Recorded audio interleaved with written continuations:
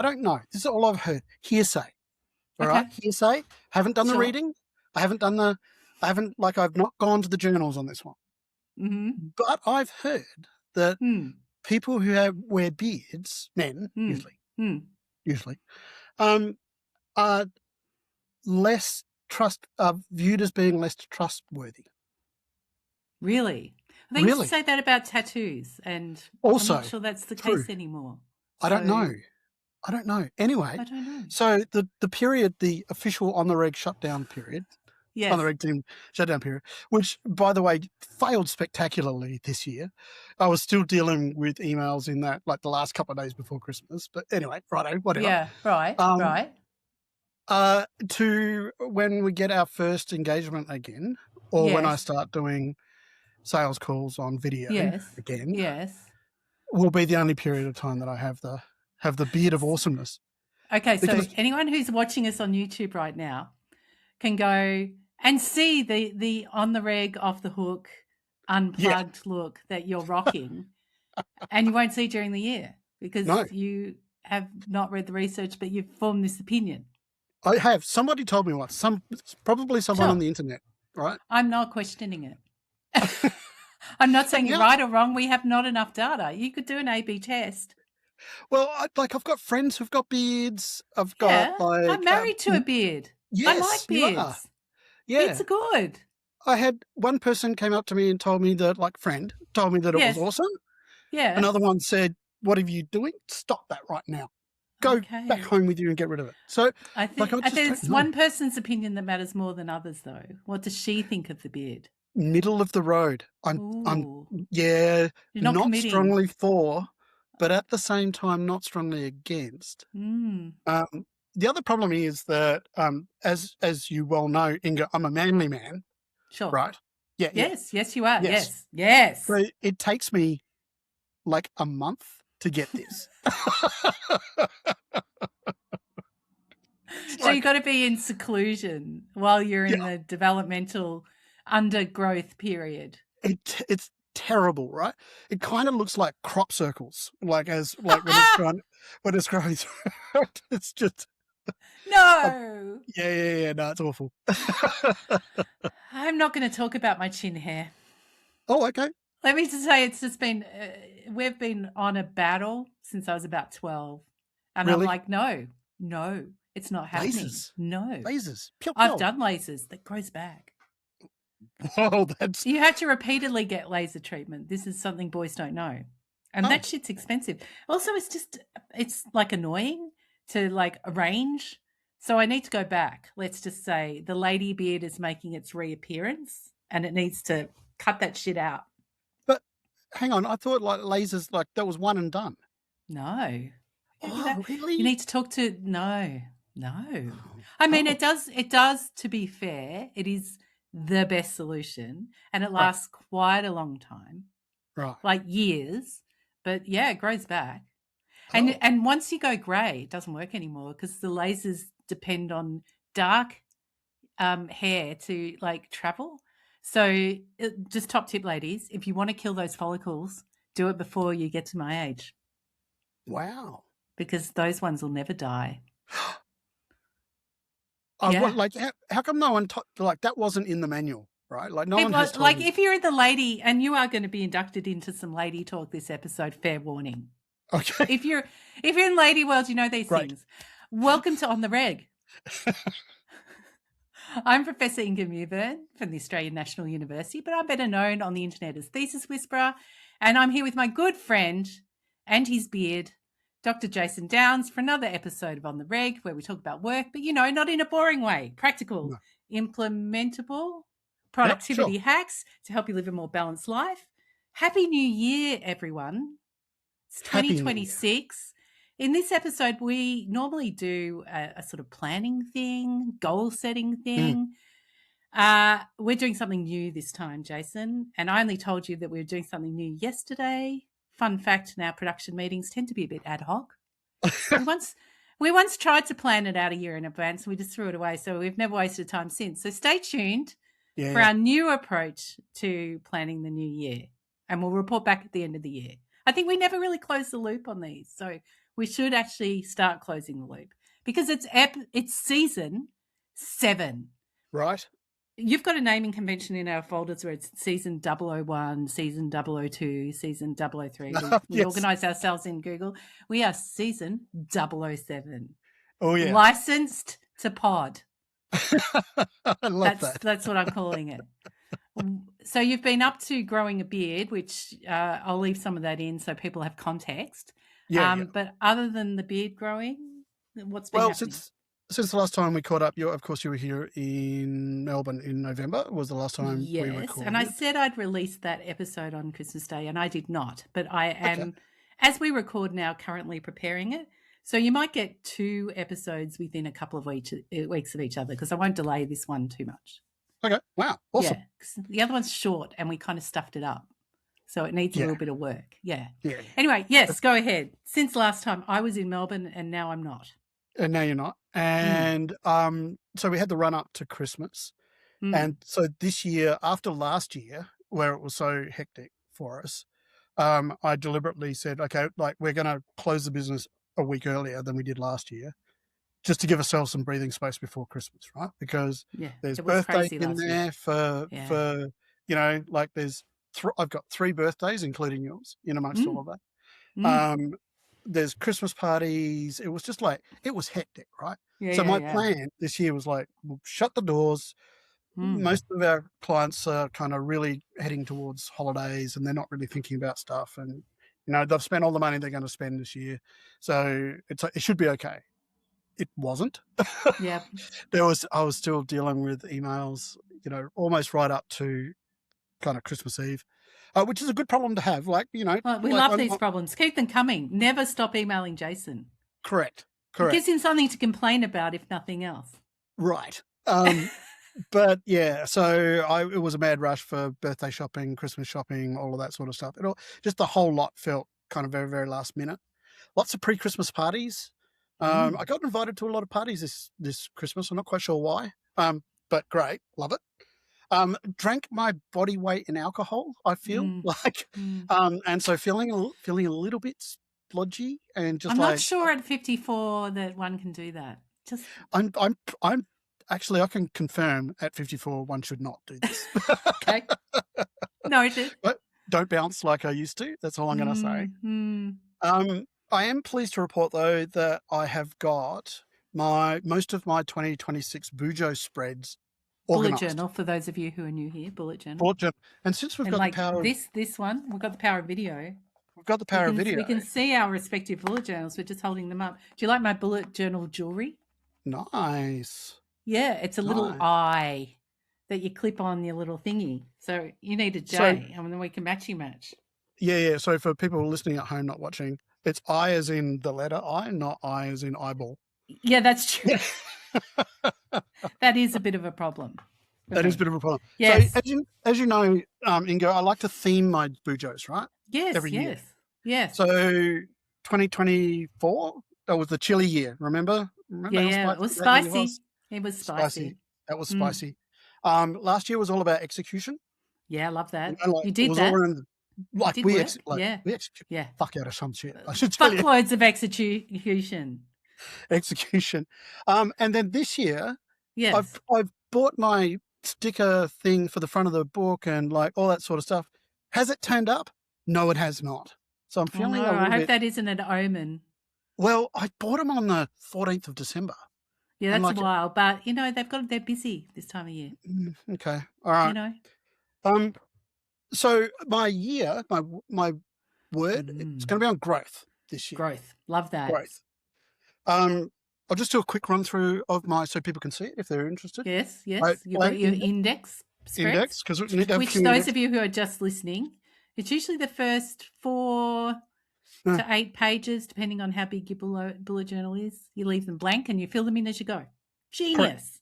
Here's our client index. Love. Right. So that you write the client number, and then put a tick next to the person who's doing the delivery, so I can keep track of who's doing that. What. Yeah. Quarterly spread. Oh, you're doing quarterly. See, I gave that up. So interesting. This is where you plan 3 months ahead. 3 months ahead. So I got 4 Yes. of those because quarters. Uh, Yes. my Where's Jason spread. Oh, nice. What are those So headings? this is the solution to my, you know how I took 29 flights last year as Pretty part of our good. work. Yeah. Did you get beyond silver? No. No, I'm still silver. Like, Qantas, come on. I flew to We're bloody New trying Zealand, here. of all places. I Anyway, know, right? so I've got the job number because the problem that I have to solve for Yeah. is that we book flights often well in advance of when the actual job's going to be delivered, right? Yes. But what happens is the money gets taken out of our account straight away. And so when I go to reconcile all the books, I'm trying to reconcile like the entry that comes through is like Qantas and then a number. But if we're Yes. booking lots of jobs, in advance sort of stuff, and flights are all they're about $700 to get to Brisbane, and like they're all kind of like it's hard to tell sometimes. Yeah, And yeah. like the hotels, if we book through Qantas hotels, like there's no good way of reconciling that stuff. So this does that. This spread does that for it. It's got the job number, Sometimes analog is best. Yeah. departure Yeah. date, flight number, Love that. where we're going. So I'm going to use the the 3-letter airport codes. Yes, yes. I Yeah, use those BN. in my calendar when I have a flight. Yep. MELB Melbourne, Yep. little chevron-y thing, arrow, and Yep. then CBR for Canberra. I've Yep. even got a T-shirt with CBR on it. Have you really? Yes, in pride colours. Great. Yeah. Return date, flight number for the return, cost, and the booking date. That's the killer. It's like I booked this on the 23rd of June or whatever. Because that's the date the email that you're looking for when you can never find it is Right. going to be. Yeah. And I have spent last year, I haven't looked in hours of my life trying to figure out what's this flight for? Like, which job do I put it against? All that sort of stuff. Anyway, there's that. Yeah. Love that. Then I've laid out a full year. Oh my gosh. Like a calendar, old-fashioned, old-timey calendar, yes. Yeah, and so I put them all at the front, so like one after the other. So not in the middle on the way through. Yes, you know what I mean? Yes. And so I've got 12 So you can of those. see a sort of 20,000-foot view down on the whole thing. You can start to see where collisions are happening. Correct. Yeah, in a way that's hard in an electronic calendar. I'm not sure why. It's the formats or something. I don't know. Yeah. Yeah. So I had to draw 365 individual little boxes. That must be mindful. Mindful? Well, yeah. I did a lot of thinking while I was doing that. Remember we had talk about boredom? Like I think the last episode. Yeah, we did. The last one before. I have an update on boredom. 2 episodes ago. Yes. 2 episodes ago. I have an update on boredom about whether or not I actually get bored or not, because I claimed in that last one that I don't get bored. You I don't. just You move did on make and do a big other claim. things. Yeah. Turns out 2 days or 3 days after we recorded that, I flew to Brisbane to do some work with one of our clients up there. And for the first time ever, I decided to take the train from the airport into the city. And then I like that train. You're not finding that train boring, are you? I think it's actually awesome. The train. Well, what happened was the big storms went through Brisbane and shut down the train network. But they didn't tell you that when I got on the train, that there would be delay. Damn. So we were like hurtling along, and then we pulled up between 2 stations and then just sat there for about, 20 minutes. Yes. And it was at that point where I went, yep, this is boring. Yep, I'm officially bored. And what did you do? Did you reach for the phone? No. What did you do? We'd only just had that conversation, right? And so I'm pig-headed about shit like that. So I'm just I'm not going to get my phone out. I can sit there. I can just tough it out. I can get through this. And how was that? Boring. Yes. Yeah. Anyway, I was pretty happy when we moved.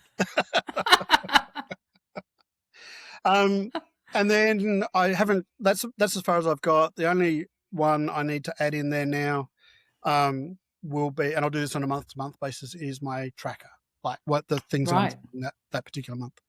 Yeah. Meanwhile, I just went and bought the next one. So this was this year's diary / Bujo, because I have this and my Bujo. Okay. right? It's a lot. There's a So, lot to carry around. and then this is this year's. So sorry, this was last year's because the outrage was real. And this year it's Hurry Up, Mr. Blackboard from Mr. Squiggle, for those Australians familiar with it. And this is like a diary slash Bujo. Yeah. You've got all your goal setting stuff up here, and you've got like a section for each day. Mm. And then at the start of each month, you have this kind of spread that's because I just can't draw all the boxes. So I have the same, except I just threw money at the problem. Well, people ask me because I bring my bujos when we do our workshop called the Squeeze. Yes. I bring my bujos along because we talk about bullet journal in that workshop. And if you're wondering what the squeeze means, it's just how you feel when you're trying to do an academic job. Yeah, The squeeze. everyone feels the squeeze. Yes. And so I hand around a couple because it's easier, like, people can see what they look like, sort of thing. Yeah, people love looking at them. Yeah. And the question I often get asked is, like, how long does it take you to set one of these things up? Or like, how much time are you spending on maintenance of this sort of stuff? So to set all of that up, the front end of it this year, so including drawing the 365 boxes and blah, blah, blah, blah, blah, about 10 hours. That's actually quite a lot. It but is. then you set. And I avoided that, now. Everyone, by just buying it. Yeah. This is a My Goals, MIGOALS, My Goals. Yeah. Milligram is the place I got mine from. There's many different variations of the same thing, though. You'll find them kind of everywhere. They're kind of a bullet journal / diary / something. And I bought this one last year. I thought, this will last 5 minutes. And to my surprise, by August, I was like, where is 2026? Oh, wow. Yeah, I want it. I need it. I'm starting to plan into there. I need to know what that looks like. Yeah. So, yeah. I found it interesting. The reason that there must be so many of them, of course, is because other designers make design decisions that you think are dumb. Yes. Right? So, for example, the stencils that I use to write the days of the week across the top of the calendar thing, obviously a North American audience is what they had in mind because they start the week with Sunday. Yeah. Right? And they started with God. They started with God, Jason. Who does that? People who believe in God started with God. Well, so I was like, who does this? There must be like one nationality out there who did this. No, I was stuff, right? always taught the week start on Sundays. No, starts on Monday when you go to work. Sure. Right. I mean, in the real world it does. But like I've always thought of a week as starting on Sunday. Well, I'm completely the opposite. I'm like, give me my whole weekend. It's called a weekend. Right? Yeah, actually, when you do it that way, you sort of split the weekend over, and it doesn't look right on the page. It doesn't look like a nice little like block of time, does it? No. Yeah. So I did some quick Googling. Turns out that there's a significant part of the world that thinks the week starts on Sunday. Right? Like, well, have I told you about India, the States, Canada? Like, there's heaps of them. And actually, Australia, if you went to the school I went to, but maybe Adelaide. Adelaide's always been a bit different. Love you, Adelaide. Love you. Little different though. A little bit different from the rest of Australia. Did I tell you once we, with Adrian Barnett, wrote a paper called "Working 9 to 5: Not a Way to Make an Academic Living"? To this day, the most downloaded paper I've ever done. Like it's got, like I want to say 100,000 downloads. Okay. Wow. Like, least cited but most downloaded. So how do you measure impact, right? And it was about, like, we looked at when people handed in journal articles. We had all this data from the British Medical Journal, and we got this into the British Medical Journal Christmas edition, which is coveted. I didn't know this until I told a friend, and they're like, you got what?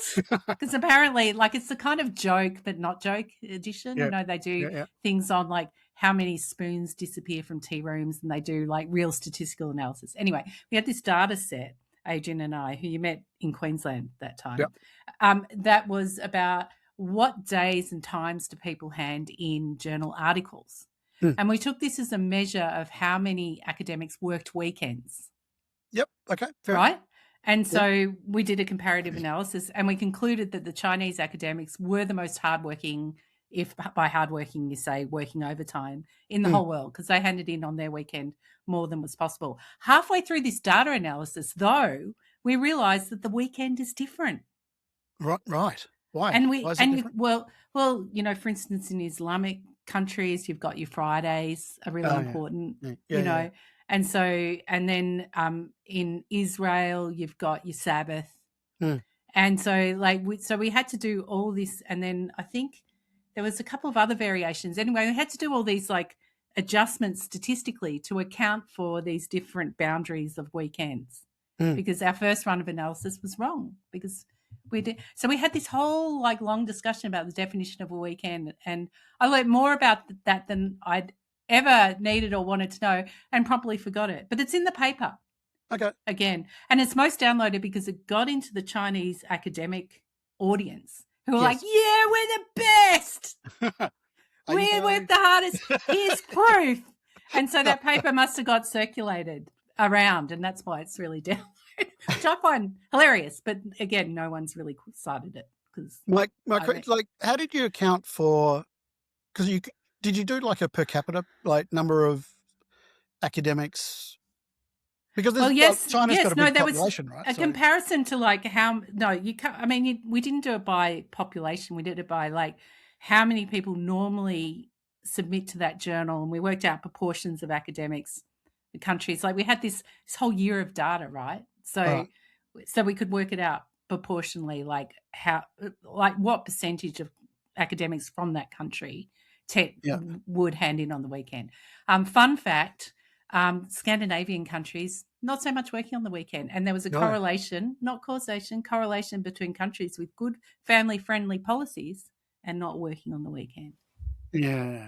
A lot of Scandinavian countries, they're really equitable about how they decide who gets to share maternity leave and that sort of stuff. They have to take equal amounts. So men are actually forced to take time off with their families when their families are formed. Right. Okay. Yeah. So you actually there's all these penalties and stuff. Someone from those countries, please write to us and tell us how this works out in your patch. But this is what I've heard from friends who are in certain countries with those. So they don't just give all the maternity leave to the mother, they force the father to take it. Good idea. Because otherwise dads don't take it. Sad, but true. Not this dad. I took as much as I you got paternity leave? You betcha, baby. We have diverged so much. We're at the end of our banter section time-wise. So I'll just quickly. Tell me about you. I had a kind of nothing Christmas. I've had family dramas and turmoil and issues and everything. Everyone's kind of okay. There was a plan for my sister to come up to Canberra, which didn't work out because sadly Thor, the Norwegian forest cat, famed, if you've been on my Instagram at any point, I'm at Thesis Whisper on Instagram, you will see me posting pictures of a very big fluffy cat, Thor. Thor sadly got kitty cancer and went on kitty chemo and couldn't be put in a cattery. So that family plan didn't work out. And then, there's been a lot. I did buy a Taylor Swift inspired T-shirt, which I'll wear next time, which says a lot going on right now, because this describes my year as a lot going on right now. In fact, there's so much going on, Jason, which I don't want to talk about because it's people's privacy and so on. Sure. But there's a lot of things that need my attention. And so I'm taking a couple of months off work. Nice. So I won't be back at work until March. So you won't hear me talking about work problems because I don't have any. Well, you still will. I'll whinge about them, but I can give you some if you're looking for some. No, don't you worry. I've got enough for both of us. It's been very hectic, and I'm not to put too fine a point on it. Quite difficult. So I'm really loving. You know how it takes you a month just to slow the train down and get everyone to get off at the stations. This train isn't taking passengers. See you in March, probably April, really, let's be real. Stick a pin in this one, terminate this one. There was a lot of, when I went on sabbatical, really. So I spent a lot of December doing that.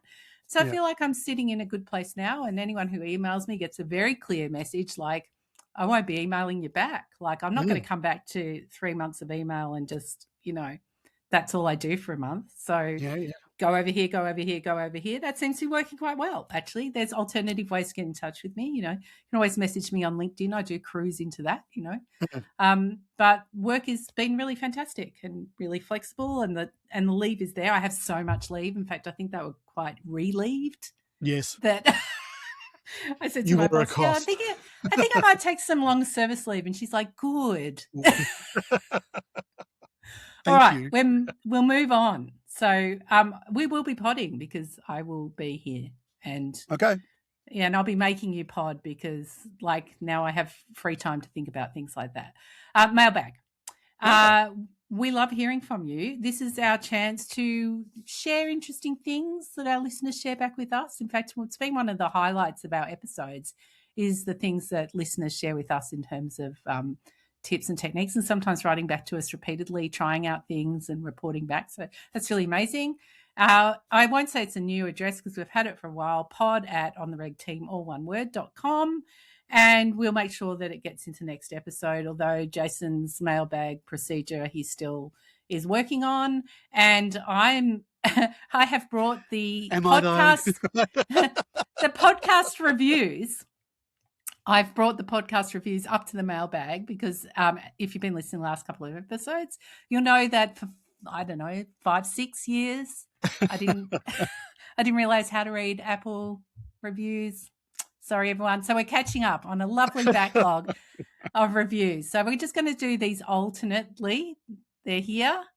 Everyone's read the memo. Right? So, you go first. Everyone has read the memo because they're all 5 stars. So that's right. Only 5 stars, only people. So you do the first one and then we'll alternate. All right. So the first one is from Dr. Matthew Jones. Hello, Matthew. Hello, Matthew. 13th of December, 2021. So hopefully you're still with us, Matthew. 5 stars. Thank you, Matthew. Thank you, Matthew. Titled, A Must for Those Who Work in Higher Ed. This is a great podcast. While mainly aimed at those who work in academia, the issues they discuss and possible solutions they examine are very relevant to other areas. For example, the perennial problem of email is not unique to universities. I've started using Text Expander after their recommendation, and it has so many uses. It's very conversational in tone, and the two hosts never claim the moral high ground. But in my mind, sometimes I do. Right? Yeah, but we don't. We're careful to hide it. Yeah. True. I cannot recommend it enough. Thank you, Matthew. Thank you, Matthew. Appreciate you. This one is from 9th of December, 2021. Perfect. Just a while back now. Kiki, 1886. And it's called The Best, in capital letters, Not Work an Academic Can Do. I love that title. Thank you, Kiki. Loving the podcast. Only just discovered it. Wish I'd found it sooner. Since lockdown and not having daily random chats with academic colleagues. Wow, this is way back in lockdown times. There's something wonderful about listening to meandering conversation where you get useful ideas, productivity hacks, thoughts on wider topics, etc. Really appreciate it. Even better is when you can have a physical break, get away from your desk, go for a walk, run, cook, craft, whatever, but your brain is engaged and it actually becomes very productive work time, but in a healthy and definitely not boring way. Thank you, Inga and Jason. I think that's a really good idea. We do tend to go on a bit. And yes. And actually, it makes no difference how long we go on. Delightfully, you listen and seem to listen all the way through. Very engaged audience we have. And that's because we count as work. Yes. You put us in your ears. You go for a walk. This counts as work. Love that. I reckon. All right. Yeah, totally. You're next. From Isabel K.S., 8th of February, 2022. 5 stars, titled... Enjoyable, relatable, and educational academic podcast. I'm really enjoying listening to this podcast, and I'm learning tricks and tips with each episode. As an academic, the topics covered are very relatable, and it feels reassuring to listen to a discussion on issues I'm facing in my role. I'm now a Text Expander user and have put in practice advice and ideas shared on a range of topics you've discussed, from deciding on taking on a review to thinking about email subjects. Thank you so much, Isabel. Yeah, thank you, Isabel. And we do tackle the minutiae here. If you're new here, welcome. But it's important. Hashtag important. I reckon if we could save you a minute here and a minute there, and that's every time you deal with a thing that just keeps coming back and hitting you in the face, right? Yeah. It adds up. It does add up. It's like our whole discussion about closing the loop in email. More people have brought that up to me. And so like a little, we talk about email tennis where you can never resist. It's like, oh, Yeah. thanks for that. And like, you hang up. No, you hang up. Yeah, It's yeah, amazing how those little things in life that are like constant that no one talks about. yeah. Although being bored, thinking about what you do when you're bored, whether Yeah. you let your brain be bored. Our last one here is I Love Westlife. So great title and it's from 6th of July, 2024. So not that long ago, Jason. Right. So No, not that long ago. Technically, Yesterday, not pretty two much. years ago. No. It's Just like and you know how you say to someone, the other day I did blah blah blah, and it was actually months ago. This was the other day. Yeah. Okay. This is my favorite podcast. Thank you. Someone's favorite podcast. Yeah, that's There's awesome. at least one person. Inga and Jason are the biggest nerds ever, and I'm here for it. I love the deep dives into work problems, but I also like the humor and lighthearted side quests. Of all the podcasts out there for academics and educators, this is by far the most useful I've come across as a university lecturer. That's good. That's good praise. Actual practical advice on how to manage your workload and your boss, winky face, and how to make the most of latest software, etc., giving me a glimmer of hope of achievement, the elusive work-life balance. I can't really describe why this is so good without sounding like a massive nerd myself. We witness you. Probably because I am a massive nerd and I found my people. Thank you, Inga and Jason, for such a great podcast. That is fantastic. Thank you. I love Westlife. Fantastic. Thank you. That is great. We have a speak pipe. Yes, from Christian. And I'm going to play it from Christian. Here it is. Hi, Inger and Jason. This is Christian from Oxford, although I'm originally from Canada. Longtime listener and friend of the pod. I'm just calling in because I'm working my way through the backlog of episodes. I'm a bit out of date, but there was one time when you were discussing the importance of page numbers, and Jason shared a story when he was reading someone's review, and they had referenced this comes up later on page 55, and he said you need to be careful because those numbers can change. One tip I learned during my PhD, if you are writing in Microsoft Word, is the value of cross-referencing. So if you're ever referencing another section or page, you can instead insert a cross-reference and reference that page number, and then it becomes a field that can be updated.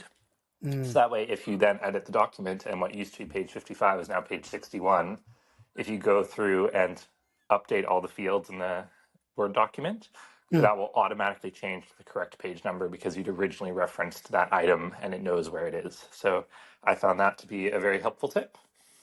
That's awesome. Thank you, Christian. I met Christian in Oxford. He's delightful. Yes. I'm sure. He sounds delightful. Yes. We had a lovely coffee. We follow each other on Instagram now. He's an amazing cook. We had good cooking talk. So hello, Christian. It's good to hear from you, mate. Yes, brilliant. I discovered that after, I think, the last couple of stages of putting my PhD together, like literally in the last 2 weeks. And I was like, dang. fucking hell. Back then, my computer just couldn't handle the size of document that I had. And so although I did put them in at the last, I was sort of glad I put them in last because it made it really laggy. And so I've always been a bit wary of them ever since, but I'm sure they've fixed that. Like, they must have fixed it. I just haven't ever done a big document again and put cross-referenced page numbers. But if it works now, definitely it's a no-brainer, right? Because it's just one less detail you don't have to follow up on. Yeah. I never got them to work properly in Scrivener, though, either. I'm trying to remember what I did for how I solved that problem in Scrivener. I remember there was a lot of Markdown work as well. So I was writing in Markdown, and so there was a lot of Markdown references where you'd click and it would take you to the section. But lost in the mists of time now. I'd have to go back and have another look. Yeah. I just remember it being just a bloody headache, and also having to manually go through my own thesis and make sure that it was on page 55 after it had been, finally formatted and all the rest of it. And so, so I'm just really careful when I'm reading other people's thesis there's nothing more annoying than they say, "Oh, talk about this on page 55," and so you flip to page 55 and it's also not makes there. you look sloppy. And one thing we know from research on examiners and how they examine is they don't like sloppy. No. And I thought I was immune to this. And then I started examining, and things that were sloppy pissed me off. And I think it's because I went to such effort and nearly like lost, grey hairs come from that moment, and I thought I had to do it. Yeah. Why haven't you done it? Like, it's kind of pretty toxic, but maybe that's why examiners. Right. Thank you, Christian. We have a letter from One from a Angela. person's name, Angela, and it's Angela. in pink. So you go. And then we've got one from Rosemary for you, Inga, and then they're the only two that I've included in this. Great. But that's good. mailbag. I mean, like, we've got, I think, an excellent mailbag. Varied, interesting, which is the way we like it. This one's from Angela. Hi, Inga and Jason. Thanks for your great work. On the Reg has been a welcome soundtrack over the past 4.5 years of my winding road towards a PhD, which, by the way, I successfully defended last Thursday at the Oslo School of Architecture and Design. Oh, amazing. Congratulations, Angela. Now, if I I have a look here, I'm going to go back. Angela sent us that on the 14th of October. Okay, so belated congratulations. Hope you've had a nice rest. Yes. And, and that you're got your feet on the next part of the path, whatever that is, Angela. Well done. So Angela continues, originally from Perth, Western Australia, I'm a fellow Aussie who has lived and worked abroad for almost a decade in industry and academia. Your Aussie accents and witty banter have made me feel closer to home during the final stage of revising my PhD dissertation, a stage that the thesis whisperer would liken to being stuck in thesis prison. It's one of my favourite episodes, favourite posts that I've written. You're stuck in thesis prison playing Monopoly with the warden is, think is what I say. So, yeah. Angela continues, I especially liked your somewhat recent podcast episode, which, albeit briefly, reviewed Anne Laure Lecomte's book, Tiny Experiments. A few questions arose from this podcast. First, have you reviewed note-taking apps in relation to the different ways in which people process their creative ideas? Not really. Lecomte of Nest Labs has written a thought-provoking piece on 3 different styles of note-takers, architects, gardeners, and librarians. Personally, I find it hard to identify with just one style or one app. Check out the article at the following link if interested. I will include that in the show notes. And then, do any of Lecomte's note-taking characters resonate with either of you? So the first one is the architect, a planner, someone who enjoys designing processes. The architect is great at structuring their ideas hierarchically in a top-down manner. The gardener, a bottom-up creator who links ideas relationally. A gardener might benefit from also using a note-taking app like Obsidian that allows their garden of notes to grow more organically over time. And third one, the librarian, self-explanatory, a collector, curator, and cataloger of notes for easy retrieval later on. Can we pause on that just for a moment? Sure. To digress. Let's do that. I can relate to what you're saying, Angela, because each one of those, I think, is a mode. It's not really a persona. I think, and I would say I have a different app for each one of those modes. So the librarian is definitely Apple Notes for me. Right? Because it's usually where I've found a link, a recipe, an idea. I've been driving and I tell Luke to start the app and then I dictate to it while I'm driving. Because on long drives, I often get ideas. And so then I make him turn it on or I make him write it down for me. So librarian is Apple Notes. Obviously, Obsidian is the gardener when I'm sort of working on things and I'm finding form. And then I do love planning and designing process, and that happens in the bullet journal for me. Yeah. So I think I do all 3, but it depends on what kind of information, what kind of purpose I'm taking the note for. Like for Apple Notes, it's good for just retrieving stuff that you've found. It's just really good for that. So that's where I put it. I tried it in Obsidian for a while. It didn't work. Yeah. Obsidian's a work in progress. And then, the bullet journals for meetings and ideas and keeping track of things. So, so I think, So what do you reckon? Did that? Yeah. So I like to be kind of as efficient as I possibly can around all of these sorts of things. So I think there's for the architect, definitely the bullet journal, but I think there's a step before that. So usually what I'll do is blank piece of paper and I'll sketch it out, like what the idea is. I really try and figure that kind of hierarchy out and how it's going to fit together. Mm. And then it goes into the bullet journal once I'm happy with it, right? So, but that depends. I mean, for the more complex things, that's what I do. I do kind of a rough draft or 2 or 3 rough drafts until I'm happy with its structure, and then it'll go into the bullet journal. But at the same time, inside the bullet journal, I've got all sorts of crap, right? Like I carry that thing with me everywhere. So, just the other day, I hung some. I tell you what, I'm bloody proud of myself. Just saying. Yes. I hung some paintings on the wall, at the stairs in our house, right? Yes, I do know the stairs in your house, yes. As you're coming up towards you can kind of see the edge of it in your camera there a little bit. You can see the edge of a picture frame there. But there are stairs that go down. Yes. But the other wall, the blank wall?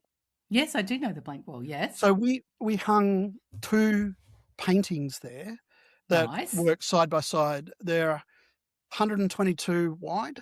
So it's a couple of meters of painting and about the same again high, sort of thing. Anyway, it's a long space. This thing takes up a bit of it. I had to figure out these paintings, they sit next to each other. I'm going to put a gap of 3 centimeters between them. So how far apart do they have to be? And then so from the wall to the end. And so I'm measuring all of this sort of stuff up. And then I had to figure out the drop height from the wire at the back to the top of the frame. Not the same on both photographs. No, because it's on the edge of a staircase, so different lengths.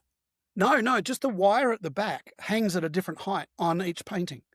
Right. The mounting point. They've mounted one there and they've mounted the other one there. So annoyingly, it's 3/4 of a centimeter difference. So then I had to do the math to try and figure out, you got to get the drop height and because this thing will be framed with white wall of 7 centimeters top and bottom, right? If you screw this up by even 1/4 of a centimeter, it's gonna stick out, right? Yeah, and that's all you'll see. You won't be enjoying the art. Yeah. It's gonna bloody stick out. Well, Inga, I'm here to tell you, I bloody nailed it. Right? It's perfectly level. Both of these, they're both perfectly level with one another. They both hang 7 centimeters down from the top. They both hang 7 centimeters up from the bottom. It's just the hanging of these. You need a picture of this for Instagram because even now I'm not picturing it. But go on. Bloody, I'm just saying. I have low confidence in my ability to be able to do stuff like this. Yes. I nailed it first time. I walked away, just that's how it's done, baby. How did we get here from there? So because my Bujo's just got this sketch of the wall and all of these dimensions. Picture 1 and picture 2 and all that sort of stuff. Yeah. All sorts of. I have a lot of drawings in my Bujo. I draw all the time in it. So there is a sort of a gardener working things out process kind of, but I think it's an interesting way to think about it as modes. I think librarian, gardener, and architect. I think you need a bit of all of them to have an effective system, and it's a helpful naming strategy. Anyway, I digressed us. We'll go back to Angela's letter. Yep. Angela continues. I'd also be curious to know if your preference for analog and or digital note-taking has evolved in different contexts or periods of your life. For example, when you're a PhD student, a parent, self-employed business owner, or a seasoned academic. Well, I think we need to do a whole episode on that. Okay. Yeah, because if I start, we'll start. Short answer, yes. Yes. Yes. As a PhD research fellow, I relied heavily on Apple Notes for initial mind dumps or debriefing sessions after supervisory meetings. As a trained architectural designer, I really appreciate the app's ability to incorporate hand sketching. Long hold, scan. Okay. On the Notes app, by the way, if you don't know that already, awesome. Long hold, scan, does a beautiful scan. I used to have this whole scanning app and lots of things and that you'd pull the little handles in and straighten it up. Apple Notes just does it. So yes. Nice. Same. As an architecture person originally, I think I go to that too. So yes, go on. Angela continues. I also find that I naturally turn to analog approaches such as using a visual diary to counteract screen fatigue. Over Important. time, this means that I have amassed a wild collection of digital and analog notes that would benefit from being organised by a librarian type. Would it Here though? and Jason, if you were organising a living library of notes retrospectively, how would you go about doing so? This is a great work problems. It is a you're right, really this is good an work episode by problem. itself. Because do you need You're to? on mute. Why? What have you done? What have I done? I don't know. Wait. You're on mute, Wait. Inga. I'm not. Pandemic was decades ago. Hang on. Or hang on. No. Or your headphones have run out. hello? Hang on. No, I'm fine. I can see myself talking. No, it's not my headphones. Are you sure? Are you sure though? Because I can see myself, my little bars going. I'm going to try different headphones. Just give me 2 secs while I try and figure this out. Right. I mean, this is easy to fix into script, but annoying to fix. Hang on.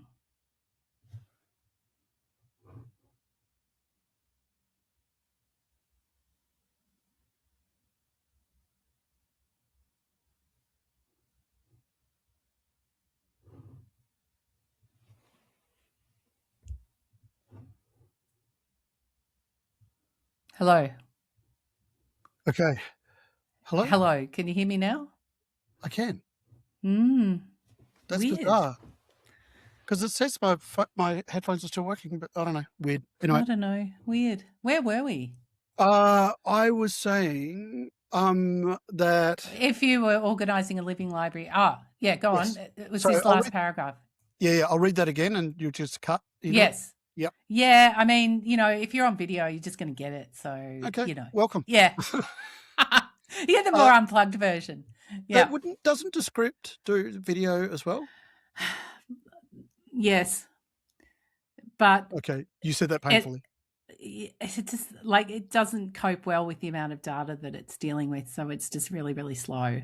Oh, okay. Gotcha. So I can go into Apple iMovie and probably just cut it out. I'll do what I can, but you might just get what you get and don't get upset.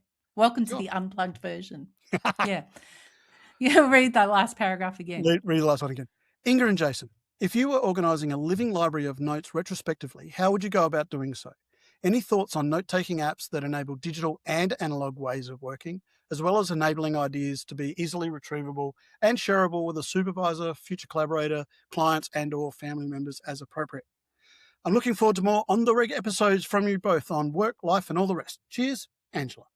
Thank you, Angela. We're going to pick up that last paragraph and we're going to do a whole episode because, boy, is there a lot of answers to that question. Right. But I mean, one response I have is it's not one thing that will do all that. That's the rub, really. Yeah, and I think the kicker here is sharing. Yeah, I was about to say that's the kicker. Yeah. Yep. And then we could have a whole section where we talk about GitHub. We could have all the feelings about GitHub and Obsidian. I think this is a good idea for an episode. Like yeah. Okay. Yeah, we'll do that. All right. But that can be that's our takeaway. Episode 85 maybe. Next Excellent. This is our last letter. It's from Rosemary Joyner and I'm reading it. Dear Inga. Oh, it's just to me. Yeah, no, you sent it to me and said for the mailbag. So I've done. Did I? Yes, I've done the mule haul for you. You're welcome. Okay. So this must have come into my ANU address and I was just we'll answer that on the pod. Okay. Dear Inga, I recently completed my PhD exploring how storytelling can inspire volunteering and social participation, combining creative writing and critical research. Throughout my study, I listened closely to On The Reg and it was so great to listen to you and Jason. Research can sometimes be a lonely journey, as you know, and having your voice in my ear often felt like the presence of a friend alongside academic advice. It made a real difference to me, both intellectually and personally, gave me plenty of laughs. Thanks again. I look forward to listening to On The Reg now that I've finally completed. Warm regards, Rosemary. That was a nice way to finish off the mailbag. Right. Thank you, Rosemary. Just congratulations for completing your PhD. Bloody good job. Well done. Just write to us, people. Like if you're doing a PhD and you're like, hey, I finished that. And you need someone to high five. We will do that for you. We can do it at the same time, Jason. Look, let's do this for the YouTubes. Oh, yeah. No, this way. Something this or way. No, This for way? me it's this way. No, you go. There you go. It's actually the opposite for me. Anyway, thank you, Riverside. Thank you, Riverside. Like Right. Dr. Joyner, thank you for writing to us. Dr. Joyner and Dr. Angela. Yeah. Well, welcome to Doctorhood. Right, we're moving on to work problems. I'm moving this train along, Jason. Good, excellent. This is a part of the show where we focus on one aspect of work and we just nerd out about it. That is what we do in the work problem segments. Sometimes that's so green, that cordial. I'm so distracted by how violently green your cordial is. But I celebrate hydration. No. Like, I think of it as do you remember the Incredible Hulk? I do. I was about to say, is that Incredible Hulk juice? It feels like it, right? Like, yeah, it's really great. It's great. I think it makes me more thirsty. I think it's got, I don't know, it feels salt. like It's probably got salt. Yeah. Yeah. But and so you just want to drink more of it. It's good stuff, though. You drink 4 pints of this in a day, and you've like that. Each of these are 500 and half a litre, 570 mils. Have you pissing clear? Except right? It might be violent green. Who knows? A little bit green. Yeah. And if you're not watching YouTube, you have no idea what we're talking about. But trust me, that was quite green. Okay. So we tackle problems we've had at work. Sometimes we pick up on a theme suggested by a listener. We always try to be practical, don't we, Jason? We share our tips, hacks, and feel opinions. They're opinions and feelings at the same time. They're relevant. They're necessary. And there's going to be a lot of feel opinions in this one coming up, just fair warning. So this week, the working title of our topic is Style Your Academic Life. Right. Without buying a new personality. So because, we were talking earlier about our production. It's ad hoc. That's our style. Ad hoc. I may or may not have actually read this far the show notes. It's going to work so much better if you don't know what's coming. Okay, great. Excellent. So I actually designed it, I dropped it in really last minute. I didn't want to give you any time to prepare because we're going to do it live, people. Okay. So before we do get to styling your academic life, Jason. Yes. A little bird, i.e. you, told me that you were going shopping with Kath for your annual clothes shop. On Sunday. Five yearly. Because I hate it. Every 5 years. Okay, so every 5 years you go. How did that go for you? I didn't go in the end. I just couldn't face it. I woke up in the morning. I had plans to go, right? Yeah. I woke up in the morning and I went, screw that. No, I just screw it. It's not what I want to do today. I'll get another year out of my t-shirts. Don't you worry. I have legitimately got we took Jack shopping just before Christmas. Yeah, because teenagers, they grow, right? You've got to keep up with that. Yeah. He's developed an opinion about what he can wear now. That's good. Yeah. That's what you want. Good. And he said, can you take me shopping? And I'm like, I think this really does sound like a mum job. Yeah. Because I don't think I've bought anything new in the last 5 years unless it's for work, right? And he looked at me and I was legitimately wearing a T-shirt from the pandemic days. I got called out by an ex-colleague from RMIT at Bunnings the other weekend. Yes. Because I had a College of Business and Law, RMIT College of Business and Law T-shirt on, right? I stopped working in the College of Business and Law in, I think, 2020. For you, it isn't an ironic. It's not ironic, kind of sarcastic throwback or anything. It's just genuinely because you can't be bothered buying new T-shirts. Right. Okay. Right. Has the logo changed since then? Because that can be amusing. You've got a different era. No, they're pretty universities. They kind of stick with it, don't they? They don't really change. It's not vintage. It's just old. All right, you did give me the top tip of for the style challenge male who doesn't like to shop of going to Gazman. If you're in Australia, Gazman, the chain. I didn't realise they had. They pretty much exclusively employ menopausal ladies to style young men for the workplace. And so when my son, who's finished uni and started to have job interviews, I just took him there, handed him over to the ladies and said, son, this is going to be a challenge for the rest of your life. I'm out. Like, I'm sick of, Tapping you out. know, I'm tapping out because he just aggressively doesn't care about Yep. his clothes. Yeah. But I don't want him to look like a slob. And so we've been in this tussle where I've been just trying not to be in his life clothes-wise for about 10 years now. But it gives me shit so bad that I end up having to, and I usually just go and I sit with crossed arms in Zara and then just make him do it. You need a jacket. Buy a jacket. Like, I don't want to tell him what to wear because that's infantilizing. But if I see you in that fucking jacket again. Anyway, so now I've handed that over to Gazman. Thank you, Gazman. Free plug. Don't give us any endorsements. We just, I appreciate your service. I just to like the the fact mothers. that there's a Gazman locally here to where I live, which is great. And they've got my sizes and stuff now, right? Yeah, they do. They So- just keep it on file. You don't Yeah, even have yeah. to go in. You So I just don't ring even them up. try shit on anymore. As long as I like No. it still fits last time. I just walk in there and go, I want this of that. I don't even try it on, just pay for it, walk out the door. Or you can do what Brendan did and you just say, I need 5 shirts. Mm. And they're like, I don't know what they did, but he looked great. He looked fantastic.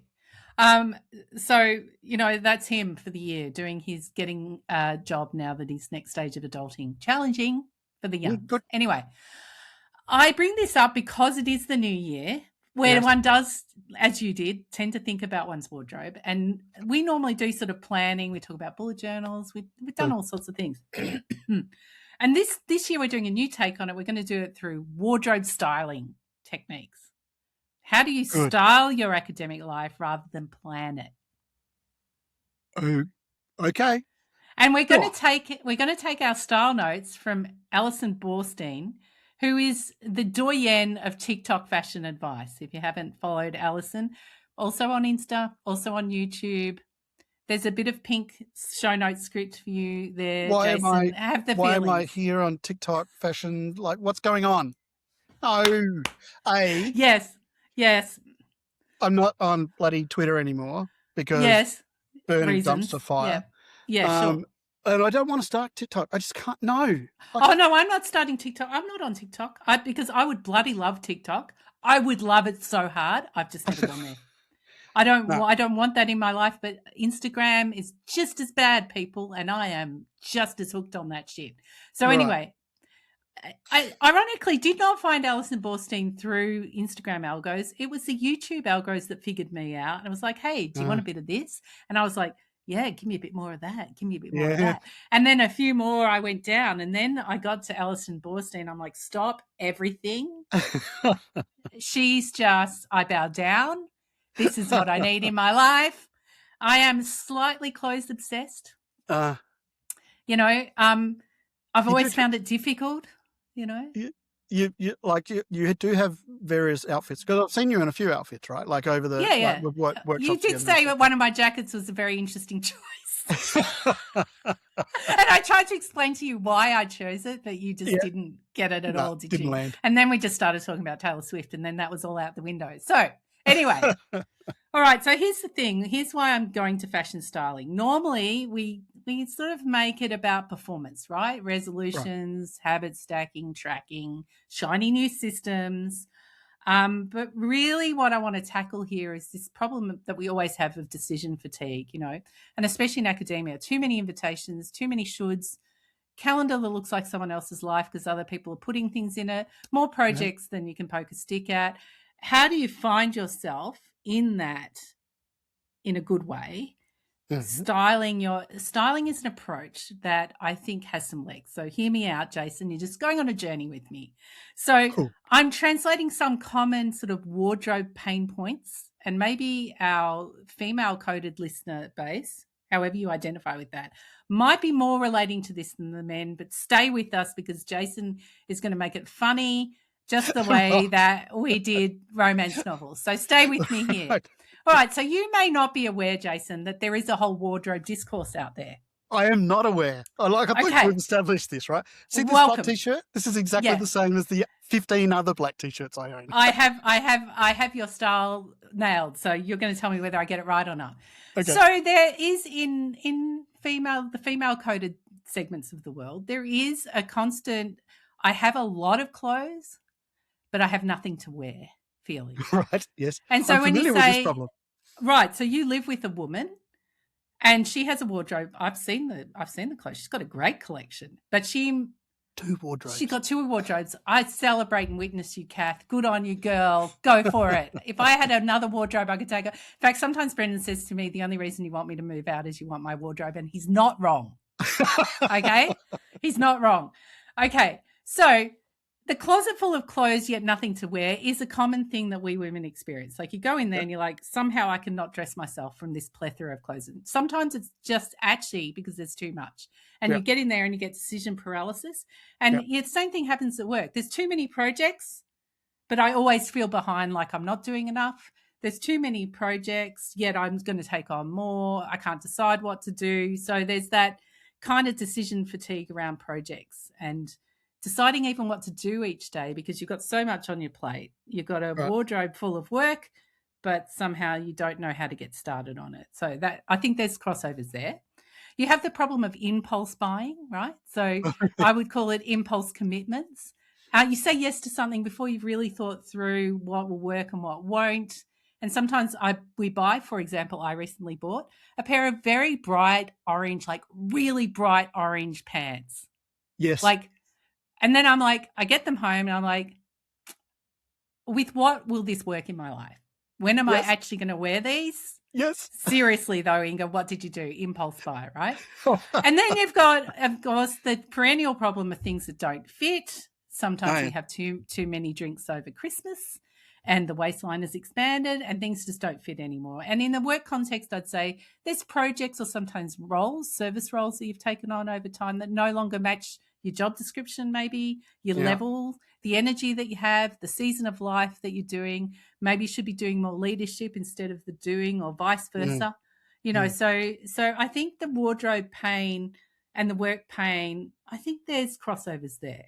Okay. Does any of this resonate? Can you see where I'm going with it yet? Is it just too female coded for you? Are you getting introduced into a whole new world of how we might think about a problem? I'm on your boat, right? I've just come along for the ride, so let's be honest. But the question I've got is with the wardrobe, with the people who have all the clothes in the wardrobes. Yeah, is that you can always take them off the hook and then you put them back on the hook and then you take them off the hook and put them back on the hook again, and you can't necessarily do that with some of the time-bound projects that you've got at work. No, do you know what I mean? Right. Yeah, and you don't want to be seen in the same outfit. More presumably, this is the what I think is going on. You don't want to be seen in the same outfit over and over and over again, right? Like when you're out in public. Yeah, ish. Yeah. You want to be known. Here's the rub. You want to be known for a style. You want to be recognizable for your style, but you don't want to wear the same things all the time. Right. So you sort of stick within a genre or a way of putting clothes. So some people are jeans and t-shirt people. That's pretty much all they wear. Some people are like, I have a floral dress. That's pretty much all I wear, floral dresses. And some people are like all over the shop and they enjoy many different things, but there's something that sort of ties them together. Like, or sometimes, you just think I've got no style. I don't know what to wear. And you're always unhappy with how you look. Yeah. I'm not saying it's a perfect way, but that's the kind of, I'm just saying there's crossovers. All I'm trying to establish is that there's some crossovers in these problem sets. Sure. Because they're about how do I want to live my life? And your wardrobe can make you miserable.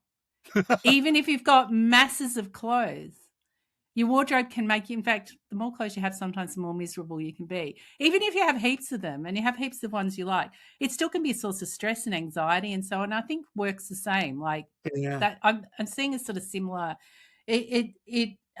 And you can feel like you have no control over it, even though objectively you do have some control. Like you don't have control over everything. You don't sometimes have control over how much money you've got to buy or how far you are from the shops and all those kind of things. Same with work. So they're both an open and constrained problem space. Anyway, go with me here. So, if I cast my mind back, my preference and where I spent most of my energy and so therefore most of my projects at work were around teaching. Yes. Rather than research, for example. Yes, right. So my style, my academic style, if you like, therefore would be kind of mostly teaching. Yes, we're going to get to that because you can be doing a thing and not love it. but it can be your regular thing. So let me explain the 3-word method, which Alison Bornstein is famous for, and how I think it applies. But first of all, we have to talk about it in terms of clothes. And fun fact, I'm just going to rotate a little on the YouTubes. Can I rotate very far? Can I rotate? I've actually got props. Oh, right. Of course you do. Of course you do. Because I've thought this out. Because it's the sort of thing. So if you're not watching YouTube, at this point, if you're not using YouTube, we'll do our best to explain. And Jason's going to explain what I'm showing him on the camera. But do watch it on YouTube, okay? Because I think it will be fun. All right. Okay. So what's the 3-word method? She's famous for it on TikTok. She says it's a way to help you style what you already have. And you have 3 different words. 1 word, and they should be adjectives, okay? Sometimes they're verbs, or nouny kind of nominalized verbs. But I'm just being pedantic now. She says adjectives. I dispute that, but 1 word. For what you actually wear day to day. So what do you have in your closet? What comes out of your closet? What do you actually put on most of the time? Yep. There's 1 word for where you want to head, a kind of aspirational. She describes it as a North Star, what you aspire to be, like what you think is stylish on other people. You may not actually wear any of that, but you look at it and go, that's stylish. And everyone's very different in what they think that is usually. Right. But there's things you're attracted to. Some people like a classic look. Some people like, a boho look. Do these mean anything to you in your man brain? Just in my very specific. No. No. Okay, so classic look is kind of blazer, trousers, jeans, white shirts. Boho look is floaty dresses, lace, floppy hats, scarves. Right? So they have names. I can picture people who dress like that. That's right. Helpful. So next time you're out with your mates, you can go, hey, Mary, I love your classic yet stylish designery look. Mary, I do love your classic stylish design. I witness and notice it, Mary. So you need to notice that Mary does it very well, by the way. We went out for dinner the other night with Mary, in fact. Yes. And she had this little brooch. It was like a hammered metal brooch. She knows. She's got a designer. Nice. She's a very stylish woman. Shout out, Mary. And then there's the last word is, how do you want to feel during the day? Right?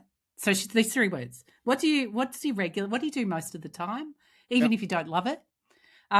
Where do you want to go? What do you think is stylish? Shout out to Mary. And how do you want to feel on that day? So I'm going to talk it through in terms of my style. Righto, good. Okay, and then I'm going to diagnose your style. Okay, okay, excellent. So the way to find work with me here, Jason. Social rules about this stuff, right? Jason, work with me here. Righto. Okay, so the way to get to realistic word, Alison says, is you go to your wardrobe, and fun for those who want to play along at home. Go to your wardrobe, and what you do is you take out everything that you ordinarily wear, right? Yep. Which might only be like a 10th of your wardrobe. Yep. So you pull out all the jeans or whatever it is that you wear, and you put it all on the bed, and then you look at it all, and you go, is there a word that kind of sums all this up? So I did that. Mm. Because as I said, taking time off, attending to things in my house and caring for people. And so I took all of the things I'd ordinarily wear and I put them all on my bed, and it was pretty much all black, Jason. It was, which goes back to my youth as a goth, but I'm very comfortable dressing in all black. You would have seen me do this. You can take the girl out of Melbourne. That's all I'm saying. You can't take Melbourne out of the girl. And then when I went to architecture school back in the day, black was style. You just wore all black head to toe. If I do that, sort of don't care what I'm wearing, I'm happy, right? And I've never been, and I've always felt bad and wrong about it, but it is what I do. It's my default. And if I don't do that, and I'm not wearing all black today, I do tend to sort of go for the same kind of pants. In fact, I have 5 pairs of the same. I'm just going to stand up and demonstrate them to you. You've seen them before, right? These pants. They're from Sook, S-U-K. They've got a little thing where you hang your hammer. Yes. They are literally lady tradie work pants, right? Yeah. You've seen I've got a pink pair. Yeah. I've got a grey pair. I've got a green pair. All right. So I had these kind of construction pants, black top stuff in it. So I found the word that described all of that for me was backstage. Okay. Yeah, because it's like how you dress if you're the production crew, right? Yeah. Yeah, at the back. So you've got roadies. Yeah, roadies. You want to fade into the background, but you're doing stuff, you're really active, you got utility, that sort of thing. So unless I'm doing a gig or I'm at a meeting, I usually just go backstage. Now I know I do that. I'm like, today's a backstage day. I'm just going to backstage it. I'm fine. Yeah. And to make backstage a bit more fun, right, the thing about backstage that I realized is it's the hardware. You know, you're carrying a mallet, you're carrying a thing. You've got one of those microphone sets on. It kind of looks a bit actiony. So I thought to reinforce the backstage look, once you realize that's what you're doing, is I went and bought new belts. Oh, yes. That are kind of hardware-y, right? Yeah. So for those not on YouTube. And then you put a little belt on. So right? for those who are not on YouTube, this belt is black, maybe made out of leather, maybe. And it's got fake leather. And it's got like eyelets. Rivets, like holes that are rivets. Yeah. Two lines of these things all the way around. Yeah, So it's a bit akadaka, right? Yeah. Bit metal. All right. Yeah. Right. So that's what, recognizing your style, even if it's irregular, and you know, you can go, okay, I'm going to lean into it a bit harder. I'm going to be more backstagey. I even bought recently a belt that's got a pouch on it. I want to see how that feels, right? Okay, so you're a bit more playful. It'll be good for doggy treats, that pouch. That's what I thought, actually. Yeah. Okay, so that's the everyday word. It's a great word for me. It works really well. Okay, second word is the aspirational world. What's your North Star? And a common practice amongst the girl-coded part of the world, Jason, which you are not familiar with, more than likely is Pinterest. Right. Right. So what one does on Pinterest, Jason, is one sees a clothes that one likes and one saves it on Pinterest. Or one then goes to Pinterest and the boards that one has curated. I have one for my garden. I have one for rugs. I have one for my hair, which I show my hairdresser. I've got one for my clothes, which I call the curated closet. Okay, so, and the good thing about Pinterest is AI, right? So, or algo that goes, hey, I see your board, Inga, and here's some more things you might be interested in. And it's really, really good, right? Oh. So if you curate a board of looks that you like, it will just show you more and more and more and more of those. And then you can pin them. So you end up with this massive mood board collection. In my case, they're all kind of dark academia, right? Like they're kind of tweed, they're skivvies, they're scarves, they're blazers, they're like muted colours or autumnal. And I have been joking lately that my style is sparkling academia instead of dark academia because I like to do that, except I like to twist it up and do it in a bright colour or something like that. Okay, I have this dark academia aesthetic, and when I looked across all of that, I'm like, okay, what's the word here that's going to help me? I think it's texture, right? Okay. So note if you can look at, describe the material of my top here. It looks like it's hard to tell. Yeah, kind of like knitted. It's got ribs. Like it looked like a ribbed jumper kind of thing, but like a cardi. It's aggressively polyester and kind of structured. It's not any natural fiber, freshly killed polyester. Okay, right. So I noticed that it's like I like the kind of bulky, shapely. Claudia Winkleman, you won't even know who that is, but the host of UK Traders, reality TV show, if you know, you know. She likes the big chunky knit, skinny pants. I often have trouble kind of operationalizing this look in practice, but texture really helps me. So I say, okay, if I'm wearing backstage, plain T-shirt, hardware belt, construction pants, I'm just going to put a bit of texture with it. Right. Right? And I realized there's a reason I don't wear all these T-shirts that I've left in the drawer because I haven't pulled them out. I've pulled out the 3 T-shirts that I wear the most. All of those are ribbed, or they've got, they're stretchy, they've got a texture to them, or they've got a kind of, I'm not into patterns. I am into texture. So texture. Okay. All right. All right. And then there's the emotional word. How do I want to feel in my body, in my life as I'm walking around the world? And for me, it's brave. I want to be brave. Okay. Right. I like a brave choice. I want to wear a thing where people go, "Ooh, how dare she wear that?" I want to exactly brave choice. Right. And so here's the thing about the emotional word. So this I would say is a brave choice. This blue top that I'm wearing, the stretchy, funny, styled one, is a brave choice. Here's another one that I do. As Inga disappears from frame, rummaging through some stuff, bringing back sparkles. Oh my God, gold sparkly. Right. Oh I my have God. a whole section of my wardrobe which I call day sequins. Day sequins. It's very, very, very, very sparkly. Yeah. So it's a bomber jacket though. Like it's an ordinary looking Brave choice. jacket. Yeah, Brave choice. but sparkly. Brave, right? Likewise, I would say that I can't wait to see the next one. Yes. These are my ordinary work pants, my silk work pants, but they're pink. Yes. Hot pink. Hot pink. Yes. So brave, both backstage and brave, double. Would you put those two things together? The why gold not? sparkly but and if I was on a day where pants? I'm leaning into brave, I would put those two together. And one other thing she says is if you buy something like a sparkly gold bomber jacket and you're like, and you buy it and you're like, oh, I like this, but I find it hard to wear. She's like, put it with one of the things you wear every day. Just do that. So with the orange pants, for instance, I just got them out of the wardrobe, put them on. The orange pants are the brave ones. The brave pants, or the ones, the impulse buy pants. I love them, but they were speaking to the brave part of me, right? Yes. I realise this now. Okay. Subliminally, they were messaging to me, these are brave. And so she says, if you've got something that's just a little bit out there and you've sort of bought it and you're not sure why, just wear it with something really ordinary. And it works like a charm. Okay. So if you've got a sparkly bomber jacket like that and you've bought it and you're like, I never wear it, just wear it with jeans. Okay, so they're the three words. Right. Regular, what you do every day, aspirational, your North Star, emotional, how do you want to feel? All right, so your three words, Jason. Yes. My take on your three words is I think your default word is utility. Yeah, totally. It's like, Does it do you want to describe why I would say that? Because I've got like 3 pairs of shorts that I just wear in high rotation. And they all pretty much look the same. And occasionally I'm like, are they different shorts? Maybe they are different. That's it. Yeah. If you've seen me for a week solid, has he changed his shorts in that week or not? I have.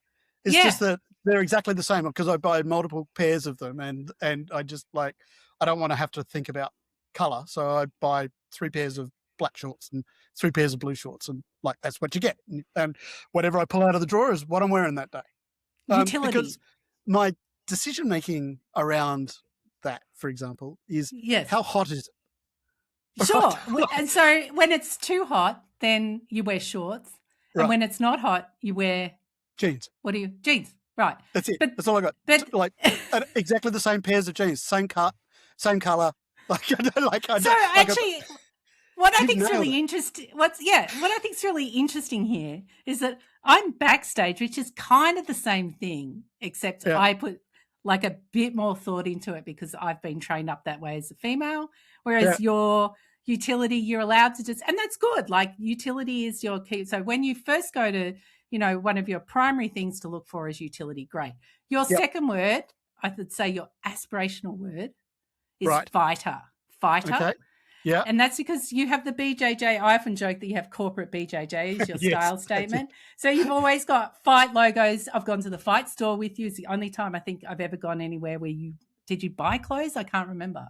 I did. I bought Rashies. I bought a couple of Rashies. And I'm like, here I am clothes shopping with Jason, but it's in some rando warehouse looking thing with and all it is far north Melbourne. And I actually really enjoyed this one because I couldn't believe this whole world that I just had no knowledge of. You knew the brands, you knew everything. So fighter. Yeah. The other one that I might have put next to that is technical.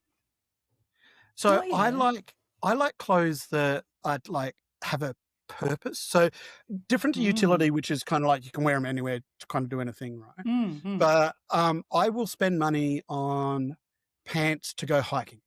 And the only time I wear them is when I go hiking because they're hiking pants, right? They're made out of special stuff that wicks bloody moisture or protects against snake bite or whatever it does, right? There's some sort of technical element to it. Okay.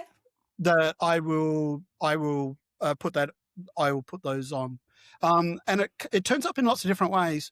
I will buy hoodies from surf shops because I've found that over the years that they're usually warmer. Utility. But Yeah, but technical. they're Yeah. technical, right? Like, they made with I think, some of those surf brands really think about what it's like to get out of the water in the middle of winter, and you need to be warm quickly Oh, and, yeah. and Yeah. away from the wind and all that sort of Yeah, stuff. right. So they're Okay. often much thicker.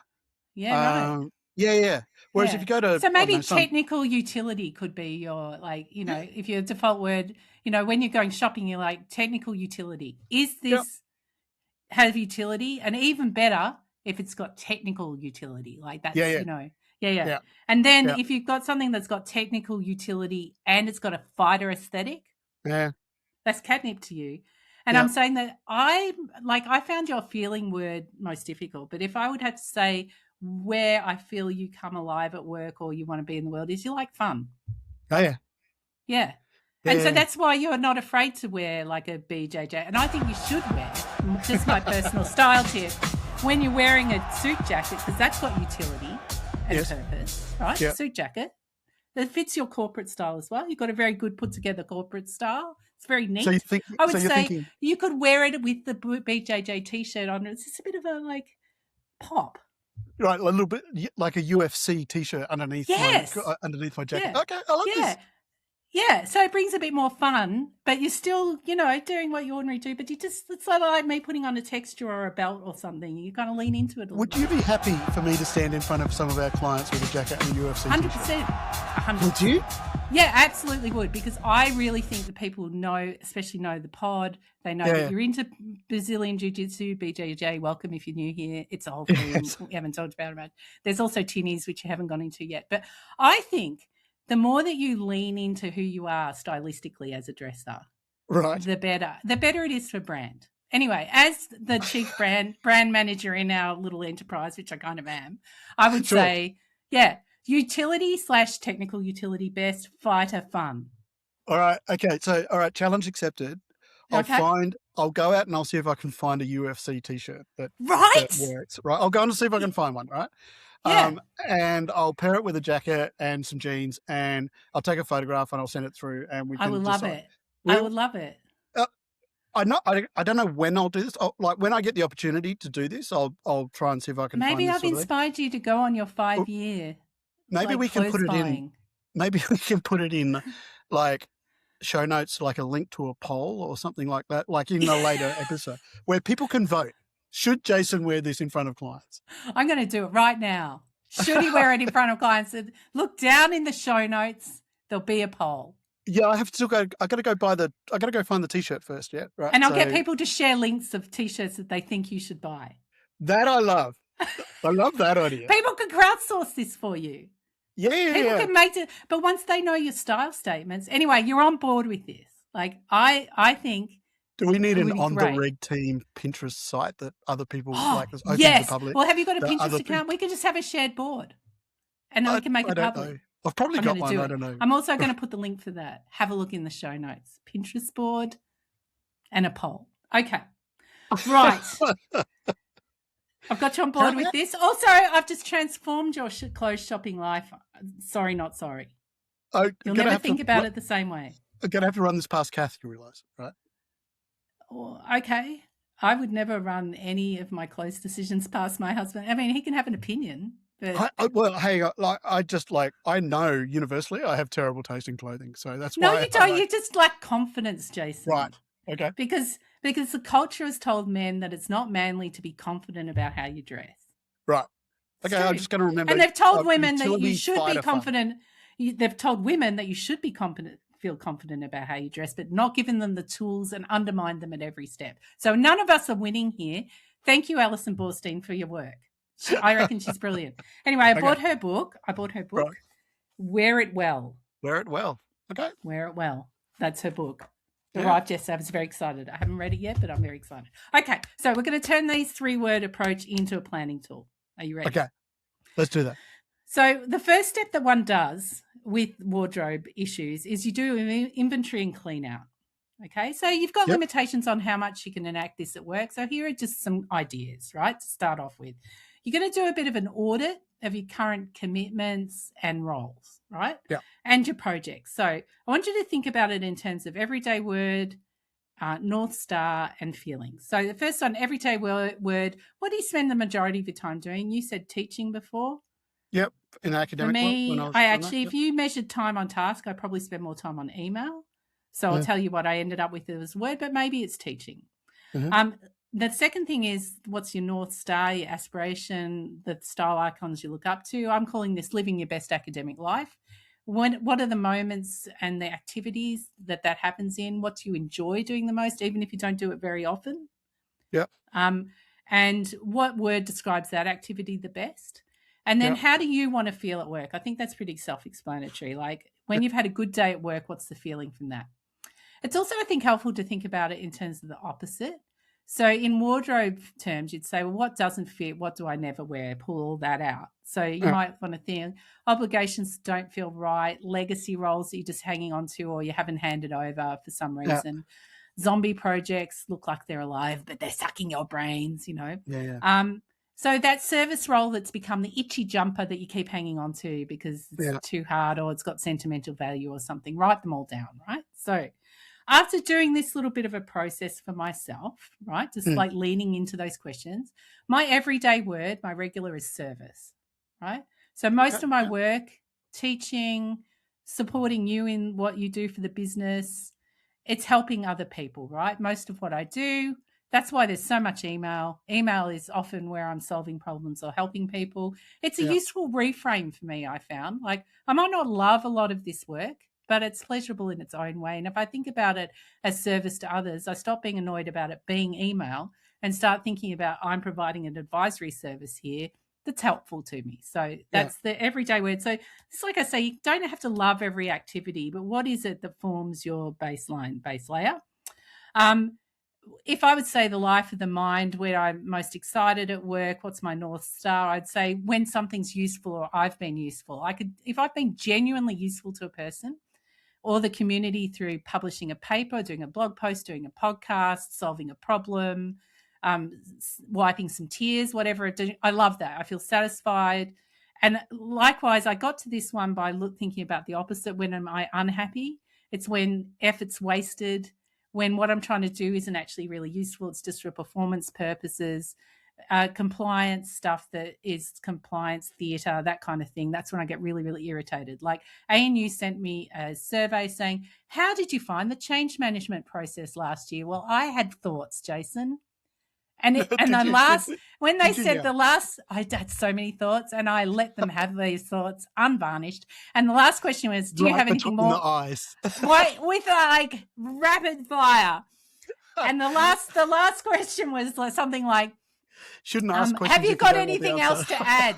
Have you got anything else to add? And I literally wrote, ugh, filling this in has made me so irritated. I'm going to go and do something else. No. All right. So, you know, that helps me see things that are useful because I don't think they're genuinely going to like pay attention to that. That I gave them a piece of my mind, but I don't think that was a genuinely useful use of my time. No. And my feeling word, how do I want to feel at work? When I go to work, I want to feel creative, right? I like creative work. I want to feel like even if I'm solving a banal problem for someone, I've done it in a kind of creative way, all right? So I think these words acting as filter words and new things come in. Is this service-oriented? How much service have I got? Is this like extending the buckets of my service in a useful way or not? Right? Or is this just service for the sake of doing service to tick off a thing on a CV? I don't need to do it anymore. I'm like at a stage in my career where I don't need to do CV fillers, right? Like that's a position of privilege. I acknowledge it. That may be different for other people. But for me, I'm not just going to do it because, you know, it's another tick on the whatever. I don't care. Yeah. Chatty G, I had this whole conversation with Chatty G and I'm like, you know, give me some sort of ideas what the 3 words might be for other people and just throwing these out there for people, right? So you might have teaching heavy for your realistic, aspirational might be published, emotional might be calm, realistic might be admin soaked. It gave itself permission to use hyphens. Aspirational might be strategic work. You like to do the strategic work. You might get involved in things like curriculum planning, that sort of thing. Emotional might be unhurried. Someone might be supervision forward, like really enjoying their work as a manager and as a maybe supervisor of PhD students. Their aspiration might be to be visible. They like it when they're performing or being on stage, and the emotional way they want to feel is connected. Any thoughts, Jason, on what your 3 words may be? I didn't think to try and put them in your mouth, although I did style you. I felt quite free to comment on that. You did a good job there. Okay, so realistic. So where I spend most of my time. So I'm just going to think about in our current role. I'm not going to go back. Yeah, running on the reg, being the backbone of it on the reg. Yeah, and it also, I mean, to a large extent, when I was an academic, this was true then as well, right? But it's around being systems focused. Like I hate and somewhere in amongst all of that is efficiency and effectiveness. Do you know what I mean? Like I build systems so that I don't have to re-prosecute the idea each and every time it comes up, right? I don't have to go back and think about it. I'll build a protocol for a thing and then I'll just run the protocol.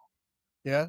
And the only time I'll probably and if it's working, it's like I don't interrupt a thing that's working, right? And I might tweak it to make it more efficient over time as I kind of, work with it a little bit. But generally that's kind of my realistic thing. I'm always kind of tinkering in the systems. Yeah, so systematic. Systematic? Yeah. Yeah. Aspirational. Well, I think efficiency is always an aspirational thing for you. You do love efficiency.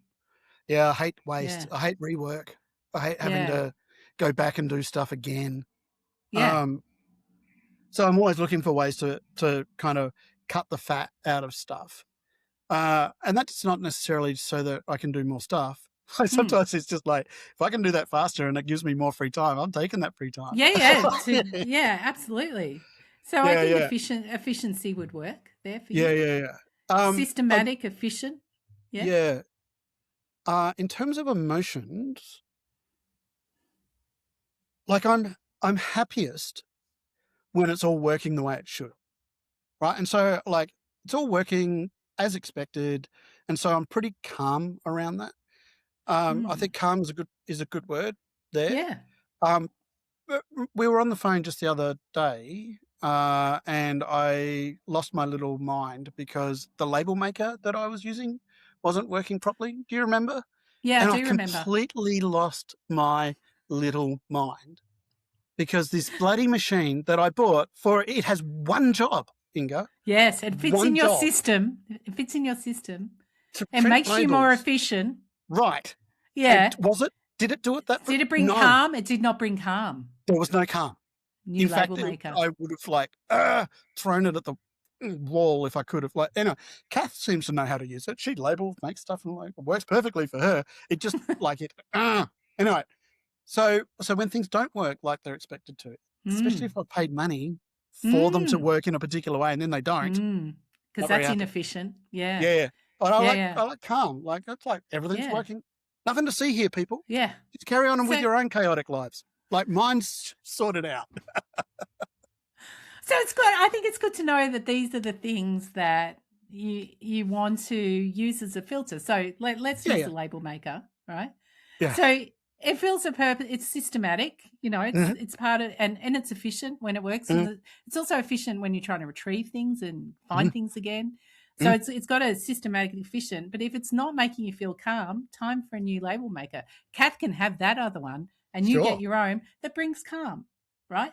So if these things might be systematic, they might be efficient, but if they're not bringing calm, then that's the question to think, have I got the right tool for the job? Just a way you might use these 3 words is all I'm saying. Yeah. Okay. Cool. Yeah, I'm on board. Yeah. Okay, good.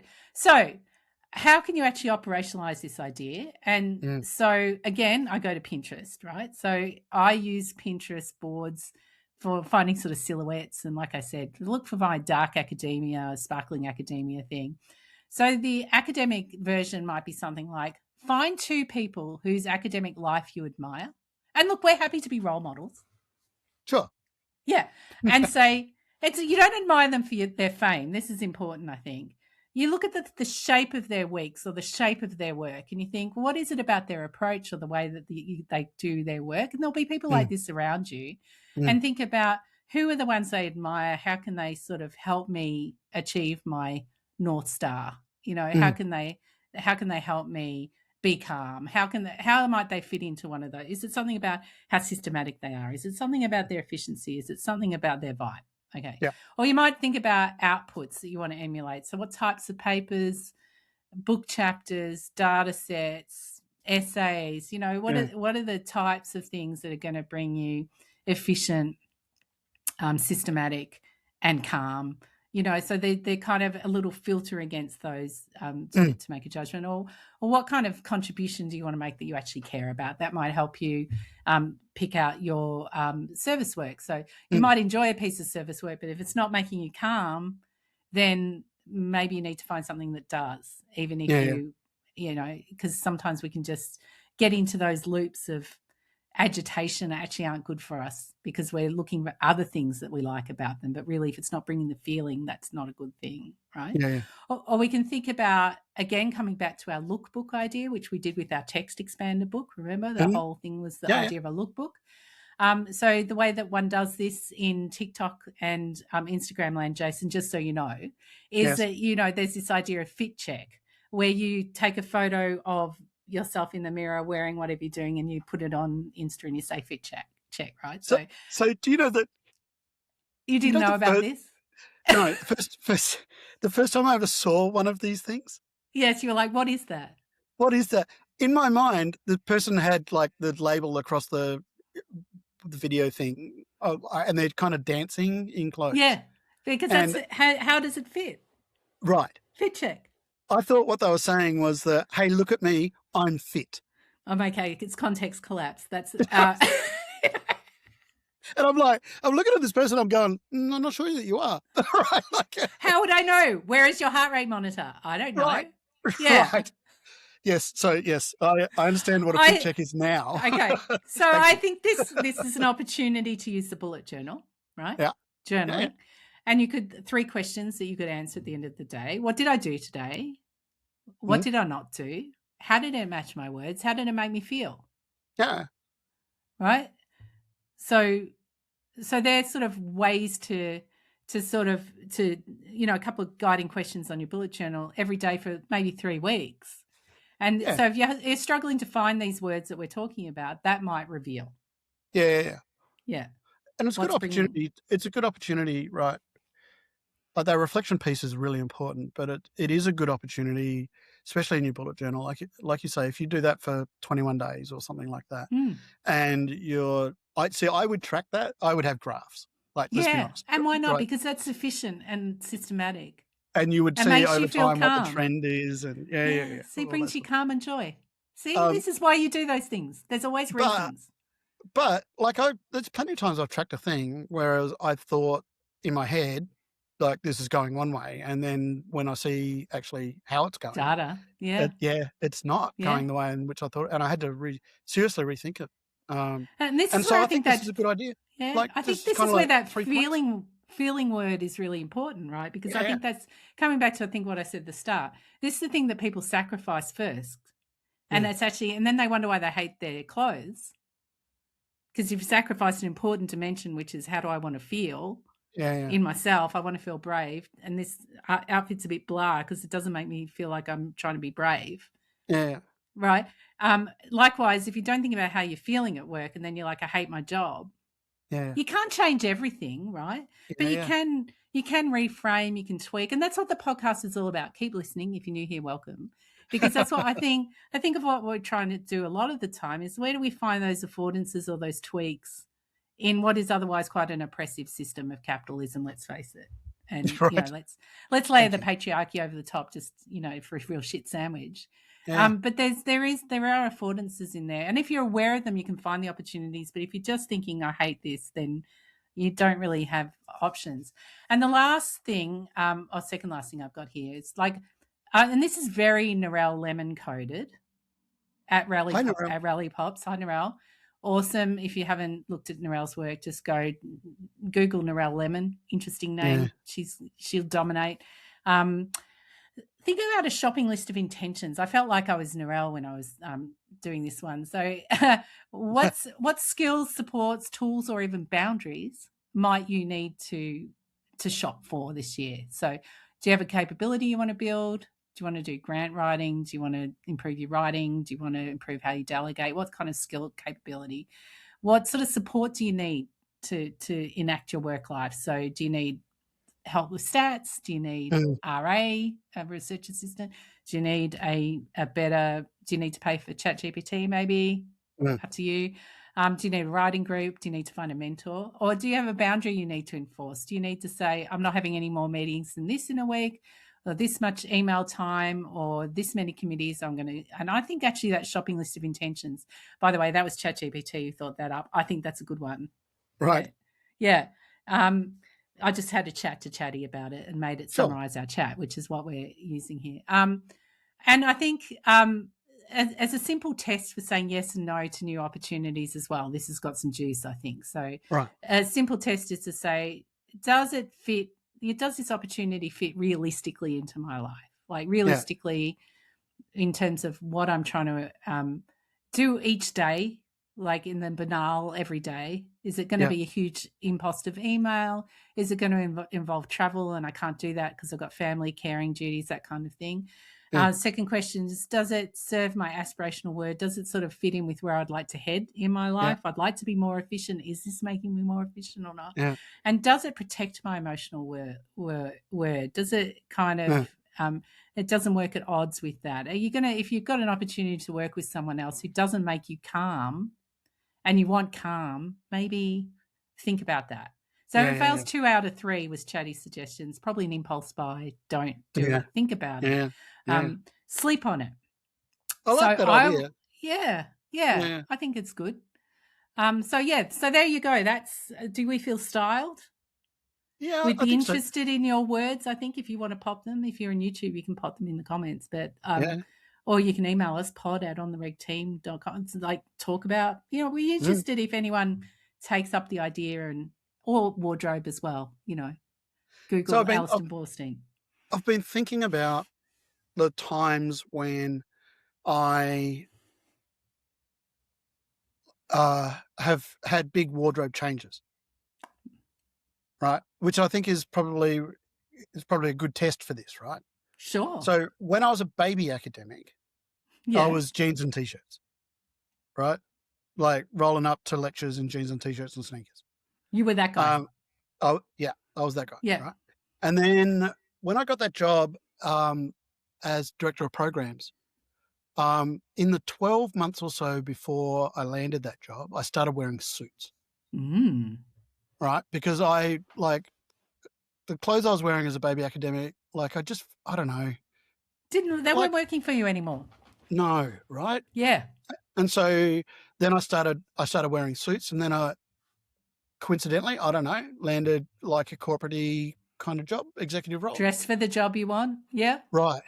And then I had a collection of, and I just found them just the other day when I was cleaning out, little pins. I used to collect, like the little lapel pins. Oh, I remember you wearing those. Had all sorts of different stuff. I had one from the University of Guam. Never been to Guam or their university, but I had one from the University of Guam. You used to find them in op shops and stuff like that. Just a range of those sorts of things. Just add a little bit of spice. See, fun. You've always had fun. Yeah. But the thing is, though, when you move from one type of job to another type of job, you've only got a certain amount of wardrobe space, right? Sure. So you have to cull. And so if you're going to pick up new work, you have to be really intentional about the kinds of work that you're going to pick up. And if I just murdered this metaphor even further, if I had a wardrobe full of jeans and T-shirts and only one suit, and then I started to buy more suits and fill up, I'm starting to have to get rid of jeans and T-shirt stuff. Yes. Yeah. And so that's an intentionality there around that sort of stuff. Yes. Do you know what I mean? Yeah, and absolutely. I think what this does here is that it brings that same kind of intentionality around it. I think people who have a go at this there might be some people out there who go, it turns out you're right. Like what I've been doing, and I bet you there's a lot of people like this, I've been stuffing more stuff into my closet without actually Yeah. getting rid of, like, I'm not giving all of the new stuff that I'm picking up enough space, enough wardrobe space, Yeah. if you know what I mean. Yeah. And so this is a good opportunity for people to kind of have a look at their closet, see what's hanging up there, and decide, do I want more suits or do I want more jeans and T-shirts? And then start kind of then choose those kinds of activities that are going to work in that way. I like it. Yeah, good. Is it It worked for you scientific? then? I don't know. No. Is it like, No. Is it a little bit TikTok? It is very TikTok. Yes. There's nothing wrong with a little bit of TikTok. Really? Okay, sure. I don't think so. As long as it's not stealing your attention. And in this case, I just YouTube suggested maybe, you know. Okay. I've read the book. I've consumed All her Substack. I'm just like, I mean, there's something in it, you know. Yeah. I'm a very practical person. When something works, I'm like all over it. In fact, to the point where I last night just went, hey, Narelle, what's your new address? Because Narelle Lemon. Because as I was writing these show notes, I'm thinking of Narelle. And I'm like, just send her a copy. I sent her a copy. Yeah. Because I think she'd love it. She's got a whole thing on wellness, which Narelle will enjoy. I mean, it's a bit woo-woo millennial, but I'm here for it. Even as a Gen Xer, I test very millennial, just so you know. Yeah. I'm moving tests. I know I do. I love those online tests. Okay, we're moving on. All right, let's. What have you been reading? Well, I'm very practical because of the time of the year, and I can't help myself. Sure. So, you know, like I have been deep in planning mode for this year. So I've gone back to some old favorites. Great. 2 books that I'm using in conjunction with each other while I'm putting together my bullet journal and being all intentional about 2026. Yeah, I love this. Yeah. So the first one, I think I've talked about this on the pod a long time ago. Can't quite remember. This book was published in 2022. So it's called Objective Secure. We may have talked about this on the pod before. Yeah. I seem to remember seeing this, yes. Yeah. The battle-tested guide to total achievement.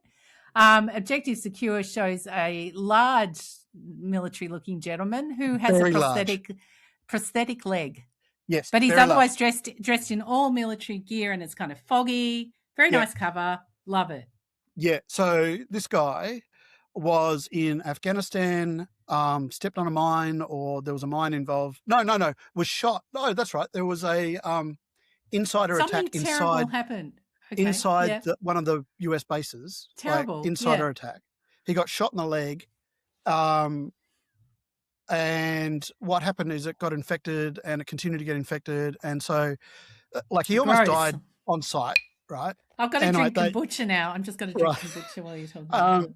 They flew him back to the States, and they had to keep amputating his leg above the knee because it kept getting infected and stuff. Like, terrible story. My God, so, it's like an episode of Grey's Anatomy. Yeah, so he was a decorated Special Forces Green Beret in the army, right? Like, so and then they had to take his leg off above the knee. And this book is all about his approach to returning to active duty. And he was the first, he's the first above the knee amputee to be able to return to fully active kind of Special Forces Green Beret stuff. And there's a person in my life who might relate to that right now. Right. So this book's all about, I mean, there's a whole chunk on resilience and just getting it done. But what he does is he uses, he describes a framework that they use partly that they use in the military in order to be able to understand what it is that they're trying to do, how to get to the objective. Like, and that point of Objective Secure is that your objective is a milestone almost on the way to completing the mission, whatever the mission is. So it might be the mission is to clear an area, like in military terms, like get rid of people. But the objective might be the hilltop, right? And so when you get to the hilltop, the objective is secure, even though the mission is not complete.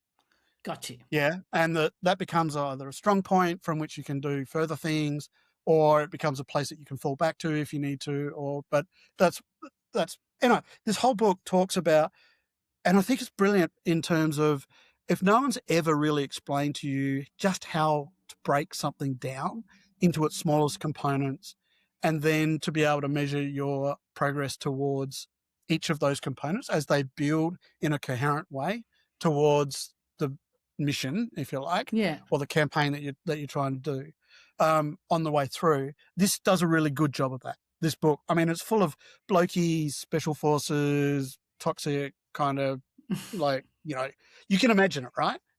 I can indeed. I love it. I eat it up. Right? It's the way that I eat romance novels up. No judgment. Yeah, it's whatever floats your boat. But and it's working for you. That's good. Yeah. And so they use a lot of acronyms, and I love that sort of stuff. Like, what does that acronym mean? Right? It's efficient. It's efficient.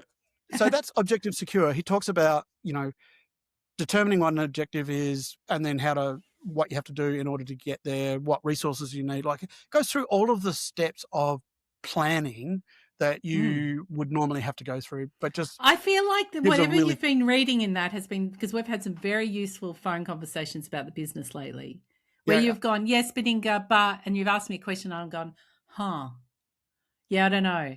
I'll get back to you on that. And then I'd like do some thinking. And so I might be benefiting from that book, I think, secondhand. Well, this year is about growth, and I've got some targets. I bet you do. I'm for it. What's the other book? You had 2 books? Measure What Matters by John Doerr. Oh. So this one's all about OKRs. Objectives and Key Results. This is, you would probably recognize this methodology in your annual like career planning thing, whatever they call that. Do you know what they asked me my 5-year plan was? Do you know what I wrote in it? Retire. Yeah. Yeah. I think that's a legitimate 5-year aspiration. And by the way, putting you on notice. Yeah. That's it. 5 years. That's it. That's all you've got. Start sending me all the resources that you've got about retirement, please. Like what's the best exit strategy? Also, what are you going to do when I'm not here? By the way, this 3 months is a good way to test it out. ANU, by the way. Yeah. Just saying. Measure What Matters. So John Doerr introduced, this is the framework, the measurement framework that Google used when they first started. So the idea is similarly, and this is why they work so well together, is that you have an objective that you're aiming for, but you measure key results. So did you hit your key results? And if you have a range of key results that lead towards the objective, then and so you're forced to be very, very specific about what the key results are that you're going to meet. So I think this is a good fit with what we've been talking about so far. I could see how those things could be used in our stylist TikTok framework. Sure. Yeah. I mean, I could see how the framework like this could help you think through that particular set of problems as well. I think they're simpatico. And one of my 12 questions is has always been, how do you design the perfect productivity framework that works for everybody, sort of thing. And if you're new here, 12 questions refers back to Tiago Forte, building a second brain. It's his sort of filtering mechanism for what to decide to keep or take notice of, write notes about, in fact. We can return to that when we do our episode on notes, maybe next. Yeah. So I think those 2 books together this time of the year, hand drawing my bujo and thinking about what I'm going to put in it, and what, at the end of the year, I should be able to look back on that and be able to see the path between some of the key results. I need to kind of figure out what the key results are so that we can get the objectives that we want, so that, we can continue our mission. I love that. I witness and celebrate that. I have been basically reading nothing because, like I said, there's a lot going on right now. So I've just been reading on the screen, watching of the YouTubes, hence the Alison Bornstein. But one blog I've come back to and realised I needed to catch up on is Kane Murdoch's blog. You're obviously aware of it, Yeah. I like Kane. Guerrilla warfare. It's actually about sort of assessment cheating, that kind of thing in academia. I just love the way that Kane writes. The last blog post he's got on there from October, where he called a colleague who I know of and have seen on the screen many times, described him as the academic chopper read. Academic chopper was his aesthetic. This guy's got a very, very big beard, and it made me laugh so hard I spat coffee out of my out of my nose. So if you haven't read that blog or got onto that, he doesn't blog that often, maybe once a month, but they're primo, like Yeah, top very notch. good. Yeah. Yeah. He's thinking a lot about AI and a lot about Yeah. assessment, and that's probably on a lot of people's minds at the moment. Yeah. Right, great. We've been reading. I've been watching the YouTubes. It's all good. 2-minute tips, Jason. I might be able to bring this in under 2 hours. Let's see how we go. Yeah, okay. Okay, this segment is in honour of David Allen and his classic Getting Things Done, where he argues that if a task will take less than 2 minutes to complete, you should just do it then and there. It'll take longer than 2 minutes to capture it, put it in your system, schedule time to do it, mark it as complete. But really it's just our hacks. Other people, Jason, would do this at the start of their podcast. Those podcasts would be much higher up on the scale in the productivity section than we are perhaps, but we're niche. Yes. Yeah. And we love being niche. So I have one. I also like the fact, I just thought about this just this second. If this is the most valuable part of our podcast for you, what I like about it is that you have to scrub through all of it to get to it. Yeah. And that counts as like listener downloads. Actually, no, maybe that's method in my madness. I've been finishing books lately. Big shout out to Catherine Firth for really carrying water on that last mile of, well, more than that, really. But I can thank you, Catherine. I've said I love you many times, but here it is again. I love you platonically. So seriously, Catherine Firth, for handling the last bit of editing on the book. And also Good Prose Studios, Erin there. Big shout out. Brilliant work. Did a great edit of Writing Trouble Second Edition, which is really a whole new book, let's face it. So, but I had to declare how I used AI in it.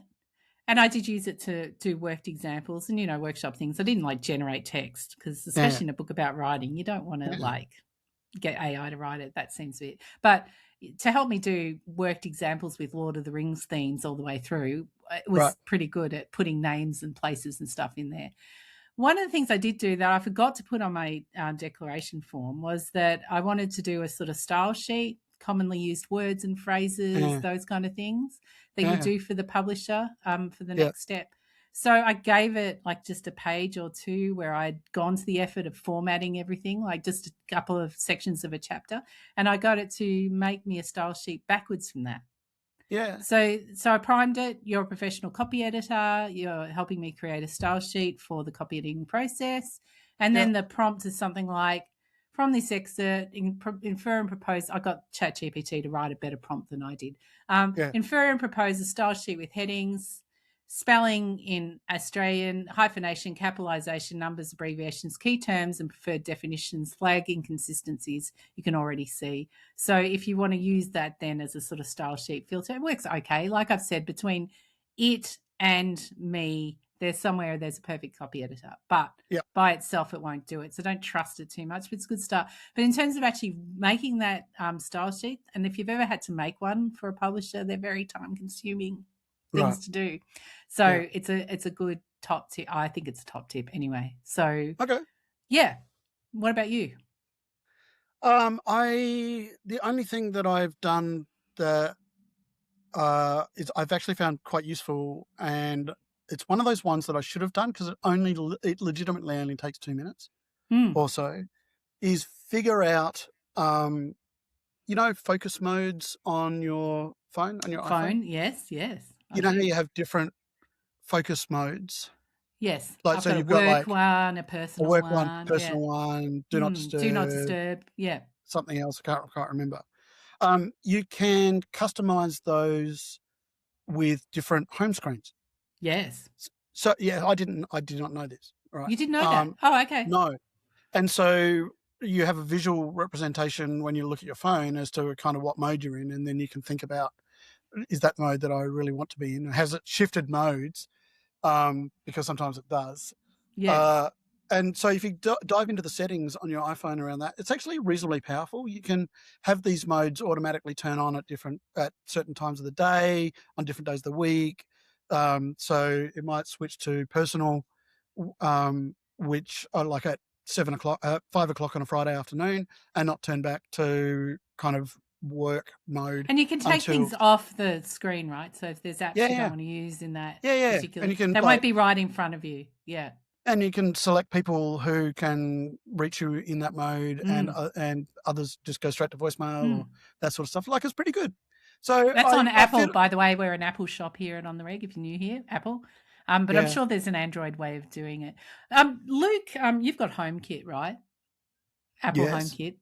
Yes. Luke taught me how to, like, on my Apple Watch, I'm just showing you, I press this side button, and the very top button there is my garage door.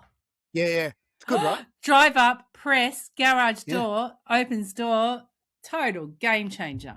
Yeah. Mr. Thesis Whisperer knows his shit. Yeah. And you can tell, like, if you name your garage something useful. So pod bay doors, maybe. Pod bay doors would be a good one. Yes. It'll be like, hey, magic lady, using that name so that it doesn't trigger all the things in my house, right? I have that turned off. Okay. Yeah, I don't like her just doing things. Hey, magic lady, open the pod bay doors. Oh, nice. And it will do that. So as you're driving, you don't even have to go to the watch. You just go just say it. And I don't want her listening. I don't want her listening to me all the time, though. Why not? Because I want to sometimes talk about things I don't want her to listen to. Lately, I've learned, and my latest blog post talks about it because it follows up on the AI SEO. Lately, I've learned that if one searches for things not in incognito mode, one gets things surfaced in one's algorithms and all sorts of other places where you're like, I don't want to fucking think about that right now. That topic that I searched for, don't want to actually have that in my Instagram feed. No bueno. So turn the Siri Magic Lady off. Stop some of it. Right, great. Thanks for listening this far. You've made it. We've just clocked over 2 hours. Sometimes we do 2 hours, 5 minutes. Look, it's bonus. It's a holiday episode for those of you in the Southern Hemisphere, and it's summer and it's bloody hot. And, you did say 48 hours ago when we talked about this by text, you did say, we'll just do a short one. We'll just do a short one. I said, just a little one, just a short one. But we know that's not true. We love reviews. We read them out in our mailbag section. If you put a review, scroll down to the end, right? 5 stars only, or just rate us. Helps us be easy to find. If you're on the YouTubes, it's important that if you thumbs up or subscribe, it's important. Right. I don't know why, but YouTube makes it important. So thumbs up, subscribe to our channel. I don't know. I feel like such a cliche saying that. Anyway, if you want to send us a speak pipe like Christian did, you can leave us a voice message at speakpipe.com/thesis whisperer. You can email us on pod@ontheregteam.com. Jason's having a break from the socials, although he does run our Instagram feed. So if you do want to, not Instagram, sorry, LinkedIn. He runs our LinkedIn feed. Yes. We don't have Instagram. He is in LinkedIn. He did post about the bullet journal. I sent a picture of my bullet journal jewelry. It's a fun time on LinkedIn. I can't believe that sentence just came out of my mouth, but it's 2026. You can find me as @Thesis Whisperer pretty much everywhere, although I'm not super active on the socials. LinkedIn, I have no boundaries. I will friend anyone. It costs us about $1,000 a year to run and produce this podcast. If you want to support the work, you can become a Riding the Bus member on Ko-Fi for $2 a month. Look, this helps. At the end of the year. It does. It's about $600, mate. I can tell you, it actually just makes a difference. So thank you for that. I see the bills. We are a business running on lean margins. Yeah. Jason's got to eat. If you want to hire us, we should put something in here, by the way, production meeting. If you want to hire us, inquiries @ontheregteam.com. And Jason will be having a fun time answering your emails. Sure. Thank you so much. It helps keeps the bus wheels rolling, and that being thing, I'm going to hit stop, and we're going to wait for it to upload forever from your end. And that'll be a fun time. Yeah, got to turn on the little amphetamine app on so that my Mac doesn't close while it's doing all its upload. Mine seems to be doing a good job because everyone around here has gone down to the coast. So that's what they do in Canberra. Everyone's gone to the coast. So my upload speeds are great, but you may have to leave it on. So we'll see you again really soon. Maybe about note taking. Maybe not. Yeah, something. We'll figure it out. All right. See you. Bye.